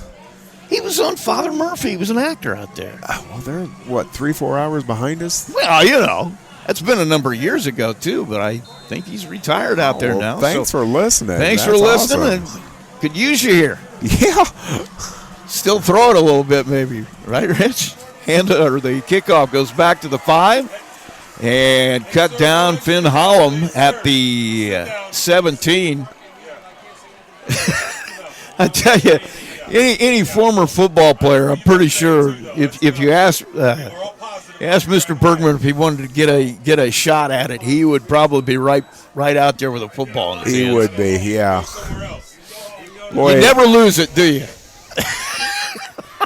Well, in my case, I lost it before I ever even had it. But 6 minutes to play. Plymouth has a big mountain to climb here. They really do. Now, comes a coaching opportunity. I don't know if Plymouth has enough gas in the tank to come back on this one, but you want to build on something here. So the offense comes out. They've got trips to the left, wide out to the right. Shively takes a snap, looking to the left. He'll throw it into the flat. Has Grady Metzger. Gets past the secondary. Ooh. On the way, and a huge hit by Kaiser. Kaiser, boy, he hits. But a big gain of 30 yards all the way out to the 40. And it's first and down, Plymouth. First down and 10 for Plymouth, brought to you by First Source Bank. It's been a while. It has been. Plymouth will move quickly here. Looking to the sideline. Shively will get the play call in. Holland will go to his left. We got trips to the left. Wide receiver to the right. Snap, roll to the left. Looking to throw into the flat, and he's there and out of bounds after the catch is Cruz Mahler, the sophomore. And he'll pick up about 7. It'll be second down and 3. Football at the 47. And he got out of bounds to stop the clock, so maybe this is the kind of offense Plymouth needs to run. 5:34 to play, 20-3 Tippecanoe Valley. Shively ready to go, trips to the right, single receiver to the left. He'll roll to the right, looking for somewhere to throw it. Has a man in the flat, catches it, goes down. Completed, going to be a first down. And that one's going to be in the hands of Davis Jones. First and 10, Plymouth, brought to you by First Source Bank. Play coming in from the sideline. Shively has it. Holland will go to his right. Men in the slots on both sides. Snap, looking to the right. Now looks back to the left, has a man over the middle, and Fernando with a great catch. His helmet comes off after the hit. He's going to have to He'll have to come out. He'll have to put that on, but it's a Plymouth first down brought to you by First Source Bank. They're getting their money's worth now. 5:10 to play. 20-3, Plymouth on the move. And that was Shively. That was about his third read there, too. He showed a lot of poise there. He's shown a lot of poise all night. That's the one thing that he's had some balls sail on him throwing them, but I think that's a mechanical thing you can fix. You can't fix his mental state, and he's looking solid. Looking to the right this time. Man open, Muller can't hold on to it as he's hit as he goes into the air to catch it. Nice defensive play there by the defender, Hunter Paxton. And it's incomplete. It'll be second and 10. Little high, but still very catchable ball there. Might be almost better that he didn't catch it because that would have been a gain of about 7-8 yards in about another 30 seconds. So Plymouth able to huddle here. They'll come out with second and 10. Football at the 37. Shively with trips to the left, single receiver to the right. Holland, the running back, to his right. Snap. Throws it to the string. Double pass. Metzger looking down the sideline. Man wide open. It's Holland. He runs under. He makes the catch. He is tackled at the 7. Grady Metzger with the double pass. Hits Holland all the way down at the 7-yard line. Clock will run as soon as they reset the sticks. First and goal. 4:41 to play. Shively has him out, ready to go. Clock moving at 4:36. Trips to the left, they're spread wide. Looking to the left, nothing there. Going to run to the left. Gets out of the pocket, has a man in the end zone and an interception. Throws it right into the hands of Parker. And the interception, he'll come out of the end zone and slide down at the 3. So, promising drive comes to an end with a 4th interception. Got flags after the play. I'm sure the interception is going to stand, but not sure what happened. But a couple of flags came in after. It's going to be first and 10 for Valley. Now we've got another flag just thrown a second ago. And I think that's going to be on Adam Handley, who came all the way out on the field. So now they're going to talk about it. As it stands right now, it's going to be first down for sure for Valley. Right now it's at the 4. But a couple of flags have come in after the play. And it's going to be a sideline warning against Plymouth, or are they going to actually assess the penalty? Usually they give them a warning on that. Well, they didn't there. They didn't there. Going to get a 15-yard penalty on that. So it's going to be all the way out at the 18-yard line, 1st and 10, Valley. So a promising drive comes to an end with a 4th interception, and it's 20-3 Vikings. Really, all they got to do is run the clock out. Plymouth with just one timeout left. In motion, Parker. Stage will hand it right up the middle to Moriarty. He'll get stacked up at the 20. Shoved back, gain of about 2. They'll mark him just over the 20. Boy, they have done just enough on offense.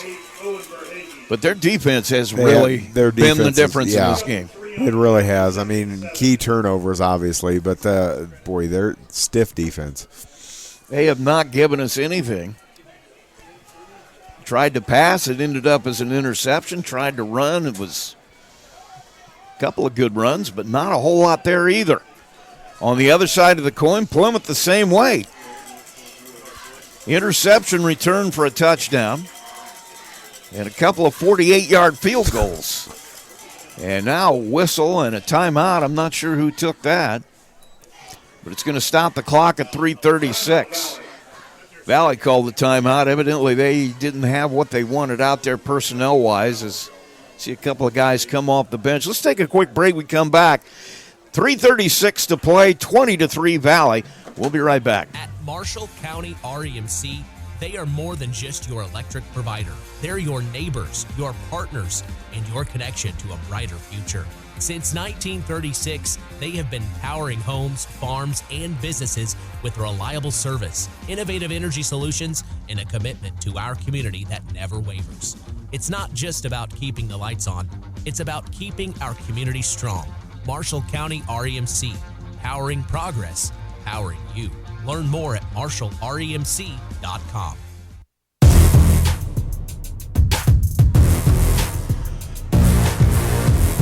Back at the Rock Pile in Plymouth, 20-3, Tippecanoe Valley with the lead here. Game 1 of the new football season here on Max 98.3's Game of the Week. Second down, Valley with the football. 7 yards to go, they're at the 21, and with a 3-score lead here, it's a matter of running the clock out pretty much. They're going to go to that Wildcat look again. Moriarty, the running back, he'll take the snap, gets into the secondary, breaks a tackle. Boy. Tripped up, he'll get all the way out to the 30. That's a first down.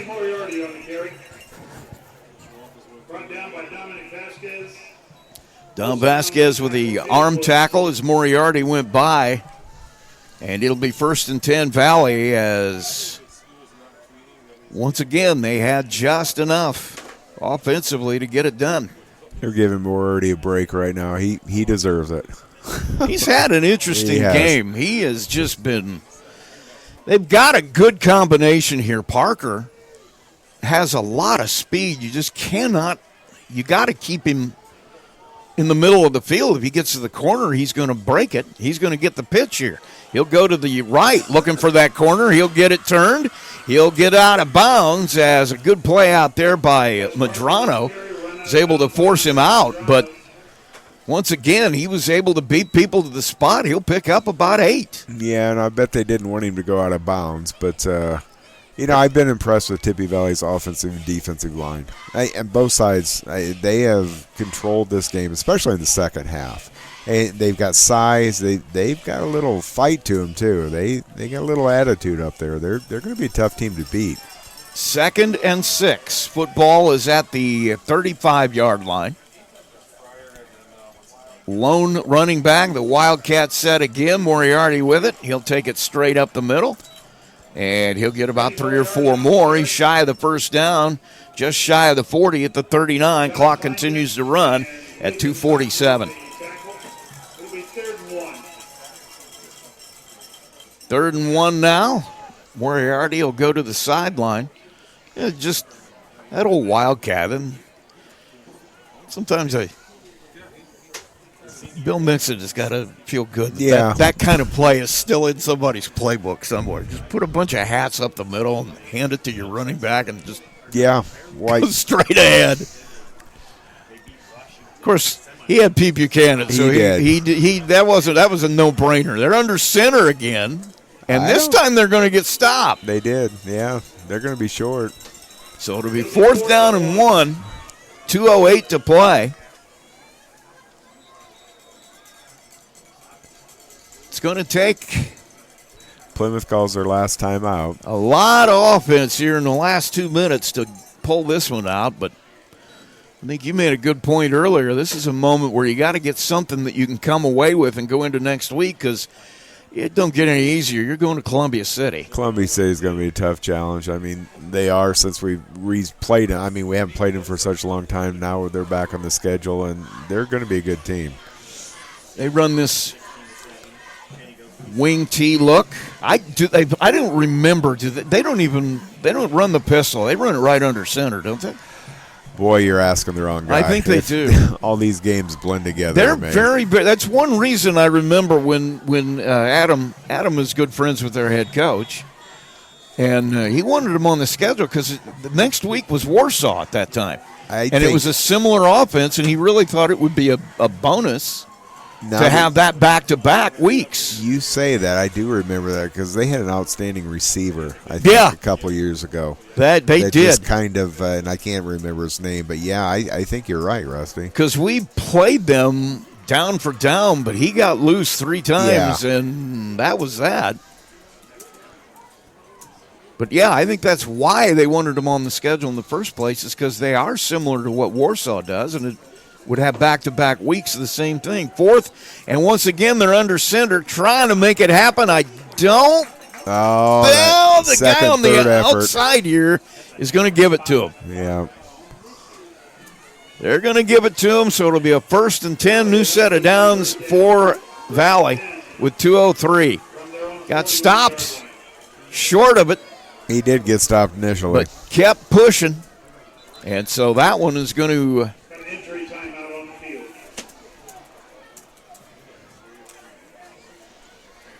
stop play for the injury. And that looks like a cramp, too, who's ever down.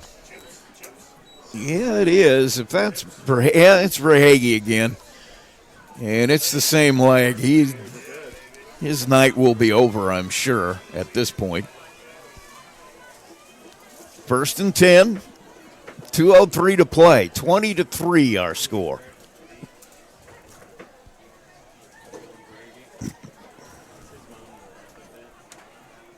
Well, it's been a little disappointing second half for Plymouth. Going into halftime 3-3, and, I think we stopped them their first drive, actually, and got the ball back and a chance to do something. And just kind of the wheels fell off in all aspects there.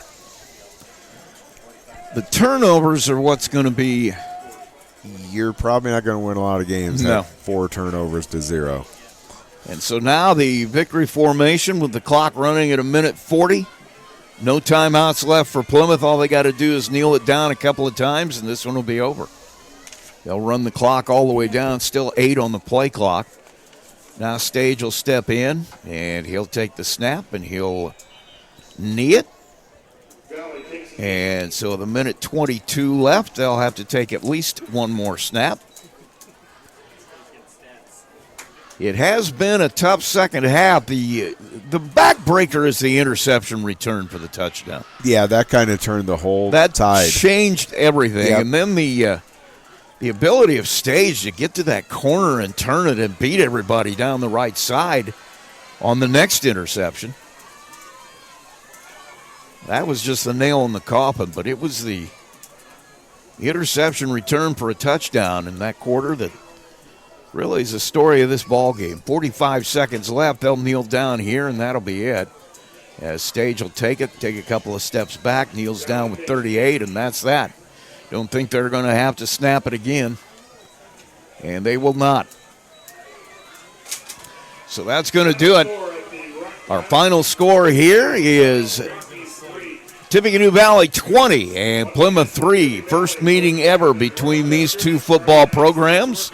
And when we come back, we will sum it up for you, our post-game show. And you're listening to Max 98.3's Game of the Week. Our final once again, Tippecanoe Valley 20 and Plymouth 3. We'll be right back. There's a trend happening around the educational world. More and more high school graduates are attending smaller community colleges to start their educational journey. At Marian University's Ancilla College, we welcome students from all walks of life. The opportunities at Marian University are endless, from living on campus to being a collegiate student-athlete. From day one, your professors will help you create a plan for a success at Marian and beyond. Find out more about Marian University's Ancilla College through our website at marian.edu/Ancilla today. McDonald's restaurants in Plymouth and Bremen, Indiana are now owned and operated by local residents Bill and Flo Bolt. Bolt Enterprises are proud to own and operate all 4 McDonald's restaurants in Marshall County. Become part of the McDonald's family today with Bolt Enterprises McDonald's. MCF got its start in 2018 with one goal: bring fast, reliable fiber internet to Marshall County. Today, we offer lightning-fast speeds, equal upload and download with no contracts and no install fees. Whether you're working from home or streaming all night, Marshall County Fiber keeps you connected. We might be the new kid on the block, but we're growing fast, just like our internet. Visit marshallfiber.com or call 574-223-2191. MCF, making rural connections possible. Time now for the post-game, brought to you by McDonald's. And welcome back to the Rock Pile, Plymouth, Indiana. Rusty Nixon with Joe McKee. It is time for our McDonald's post-game show, and a tough one for Plymouth here tonight as they take it on the chin, 20-3. The good news you come away from in this, in my mind, is that your offense played well enough to win this game easily. They did, and you saw a lot of good things, just some bad penalties, bad, timely turnovers, but stuff to build on. Unfortunately, it just doesn't get any easier the rest of the schedule. So, yeah, like we were talking about, Columbia City is up. Then I believe it's Northridge, if I'm not mistaken, for Plymouth in the third game as they start their NLC season. And what do you say about the NLC? Northridge, Northwood, Warsaw, Mishawaka, Concord, yeah. Wawasee, who is a lot better. I mean, there is not a break on this schedule for this team, and they're going to have to be ready to just put this behind them and keep going. They are, and the coaches are going to have to coach. I mean, there's a lot of positive things they can take from it, but there's a lot of learning things too. A lot of things they can improve on. That little counter kind of killed us that first half. I mean, 3 or 4 big plays, and that kind of set the tone for the second half. And we're joined here by Plymouth assistant coach Langowski. Man, that's a tough one to take, especially when your defense plays that well. Oh, yeah, absolutely. I mean, our defense played very well, and we just couldn't get it going on the offensive side of the ball, which is unfortunate with how well our defense played. Was there anything they were doing that was confusing? I mean, anything that maybe was something you didn't expect defensively? No, not really. They did what we thought they were going to do, and they executed, and we didn't. Just didn't give you anything. I mean, the passing game wasn't there, obviously, with 4 interceptions. The running game, just every once in a while you were able to get one gash, but just not a whole lot there offensively. No, their defense came ready to play, and I think we need to go back and fix some things on the offensive side of the ball. Doesn't get any easier next week either. You got to go to Columbia City, and that's going to be a handful. Yeah, that's going to be a tough matchup, but I hope our boys are ready to come to play.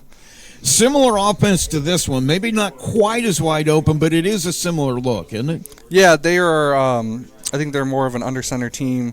They'll run the ball a lot more than Valley did here. I mean, Valley did a very good job running the ball. Don't get me wrong, but they will just pound us. Well, man, thanks for joining us, and go coach them up and get a win next week. Absolutely. Thank you. We're going to take a quick break. When we come back, we'll continue our McDonald's postgame show. You're listening to Max 98.3's Game of the Week, our final. Tippecanoe Valley 20 and Plymouth 3. McDonald's restaurants in Plymouth and Bremen, Indiana are now owned and operated by local residents Bill and Flo Bolt. Bolt Enterprises are proud to own and operate all 4 McDonald's restaurants in Marshall County. Become part of the McDonald's family today with Bolt Enterprises McDonald's. Here's a play of the game brought to you by Absolute Plumbing, Heating, and Cooling. Okay, we were talking about this. I mean, honestly, play of the game was basically an overall play of both defenses, I think. I mean, that's the story of this game. They had just enough offense to beat us, 2 defenses slugging it out. I agree, but we've got to make one play of the you're game, right. correct? We do. And Yes, we talked do. about this, and I'm going to let you make this call because, you're a little smarter than I am. Absolute Plumbing and Heating sponsors a play of the game. Okay. All right, let's go with the double pass. Metzger making it to the towards the end zone, just shy. Got it to Finn Holm for a big gain there at the end. It was really something that gave a lot of people a lot of energy and a lot of everything. Yeah, and that was on a drive that we needed something. We needed it quick, so they kind of pulled in the trick bag there, and Grady made a great pass, and Finn just came up a little short of the touchdown. But I would agree that's the play of the game. So our play of the game, the double pass here at the end of the game that Grady Metzger was able to hit Finn Holm for a big gain, but unfortunately couldn't get any points out of it. So we'll take a break and be back with our Bourbon Street Pizza player of the game. Absolute Plumbing, Heating, Cooling of Plymouth has become one of the leading service companies in northern Indiana. Serving Marshall, Stark, St. Joe, Fulton, LaPorte, Elkhart, and Kosciuszko County since 2014. They specialize in residential, commercial plumbing, heating, and cooling services. They also handle drain cleaning, water heater repair, commercial refrigeration, furnaces, generators, and much more. And they're the area's only York brand dealer. That's why Michiana has made Absolute Heating and Cooling their one-stop shop for service needs. Locally owned and operated with over 20 years of experience in the trade. Visit their website at absolutephc.com for complete service information. Absolute Plumbing, Heating, and Cooling, the area's top York brand dealer. Culver's Portside Marina handles all water and recreational needs. When it comes to pontoons, Godfrey leads the industry in performance and quality, and Portside Marina has them in stock. From Sanpan, Aqua Patio, Sweetwater, and Monaco pontoons, if you're looking for a family boat, Culver's Portside Marina can help. Discover the evolution of the wake boat through luxury models offered from Centurion and Supreme Surf Boats. Yamaha Wave Runners and Kawasaki jet skis are on the showroom floor waiting. Located at 514 West Mill Street in Culver. Stop in or call them at 574-842-5000. Culver's Portside Marina. Who doesn't like pizza, right? But have you tried the pizza at Bourbon Street Pizza lately? More fresh ingredients and a new pizza sauce recipe. It's like a slice of heaven each and every time you take a bite. And now there's 16 new style of pizzas for you to choose from on the menu. And let's not forget the mouth-watering wings or their 5 different pasta dishes to choose from. Bourbon Street Pizza with area locations in Plymouth, Culver, Argus, Walkerton, Napanee, and in Bourbon. If you're looking for a quick and delicious dinner for the entire family to enjoy, look no further than a Bourbon Street Pizza location near you. Bourbon Street Pizza presents the player of the game. And we're back at the Rock Pile. Rusty Nixon and Joe McKee, and we need to come up with our player of the game. I think we agree on this one. We do. I mean, he was first half, second half. He made a difference. We called his name a lot and made a lot of big plays. So Lathan Cotton is our Bourbon Street Pizza player of the game. Had a really nice night defensively. You could have given it to a couple of people. Second half, John Kleindens had a really nice half. Ethan Hall seemed to be around the ball an awful lot. And, you know, Andres Medrano made a couple of really nice plays that saved points. So, but our choice tonight's going to be Lathan Cotton. He is our Bourbon Street Pizza player of the game. Man, I want to thank you. I mean, where do you go from here? I mean, you just got to shut this out. Go. I mean, obviously, you see the coaching staff still out there talking, and you got to come up with a plan here. They do, and hopefully they will. They got a lot to talk about, good and bad. Like we said repeatedly, it's just going to get harder as we go with the schedule in the NLC, but. Build on the positives, find out what you do really good and go forward with it and improve on what you need to improve on. We are going to be at Triton next week. We'll be there for the Bremen-Triton football game. Last we heard, Triton was getting beaten by LaVille in game 1. 14-0 was the score there, but who knows? I mean, Triton has a couple of really great running backs, a really good quarterback. That could have changed quickly. Yep. I don't have the scores up here in front of me, but we will be at Triton for the Bremen contest with them.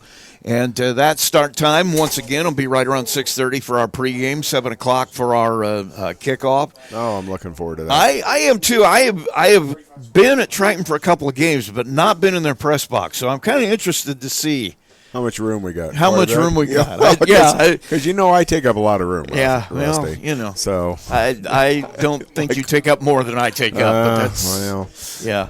I have my own gravity. Hey, we're gonna make it work though. I'm looking forward to it. I've never seen a Triton football game. Ought to be a really good game. It's going to be two teams that they're going to slug it out with each other. It's a kind of a rivalry as well, but.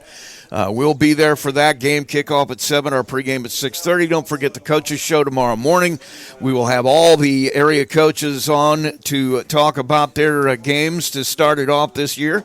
And also had a chance to talk with both the Argus soccer coaches, Ty Hadley, the girls coach, and Todd Vanderweel, the boys coach. And we will name our first Tony the Boss Ross Athlete of the Week. It's something we're going to be doing every week this year on the Saturday show, and then next week I know who it is already. So okay, I know somebody. Okay, okay. But it's really a nice thing to remember, Tony.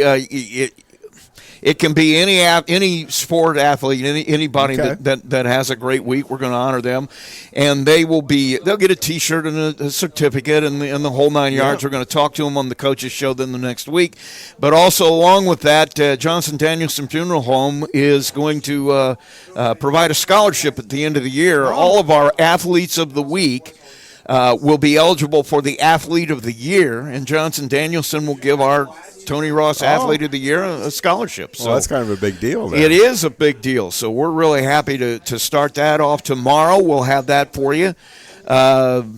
If you live in Bremen, you might want to be listening. I'm going to give you a hint. I'm going to give you a hint. Talk about spoiler. Give you a hint. There's no Easter egg there. Kind of a spoiler. So anyway, that'll be coming up tomorrow on the Coaches Show. It starts at 7. If you don't get it at 7, listen again at 6 o'clock on Sunday, the replay. We will have our Thursday night show. The Thursday Night Lights will be Thursday, obviously, at 7 o'clock next week. Once again, we'll talk to all the area coaches about their upcoming games the next night.